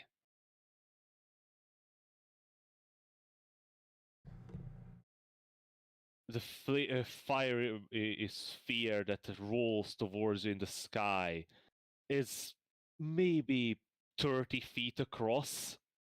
God, Oh. Fucking hell. that's a big ass fireball. That's pretty hefty. What do you guys do? I think we should probably try to evacuate. We need to disrupt this ceremony, no? Yep. Yeah. We go with a plan. Yeah, so we're heading towards I mean, what do you do about the fireball flying towards you? Going towards us. Well, in your general direction, Nothing. you're closest to the You have this whole thing. Ben, you have a water thing, right? Oh, Emma, you Yo, like- city child. Nah, like like this is Finn. I just look at Emma. As you stand dumbfounded and shouting about water spouts, you watch as a And we find great cover. light erupts from Lady Illustrial's staff as he slams it on the wall. A shimmer erupts around her, around the city, and as the great fireball falls over the city like a great dome, it disperses and falls beside the wall as the ward of silvery moon protects the city. But Lady Lustriel is shaken by this blow. she still stands, but as the gigantic figure slowly begins to march towards the city, it lifts its leg at a snail's pace. We are but it- running towards the but gate. Oh it yeah, wi- yeah. No, it Yeah. will Arthur and the others were it going. will reach the city. And who knows if the ward will hold against its full might. And that's where we're going to end today's session. Oh, fuck. Damn, that's crazy. Oh, Hey, yo, Jesus. Finn, you have a And- water thing. God, that's I was panicking, alright? okay. I had dumb plans, but this is worse. Just evacuate the city, Nah, I please. can't. Nah, to be fair, like we actually did. Like we literally could not have done anything else. Fair. I mean, yeah, and no one was expecting this. Yes, we were. What? We weren't expecting a giant fire titan. I was expecting an entire army, which would have been Yeah, an army would have been better. Would it? Oh, Would that's it? what he looks like. Yep. Bro's got Oh. a face on his stomach. We're dead. We are Mm. so dead. Yeah. Oh Yeah, man. well. I think I know who this is as well. Oh yeah, that's it. Ghost Rider.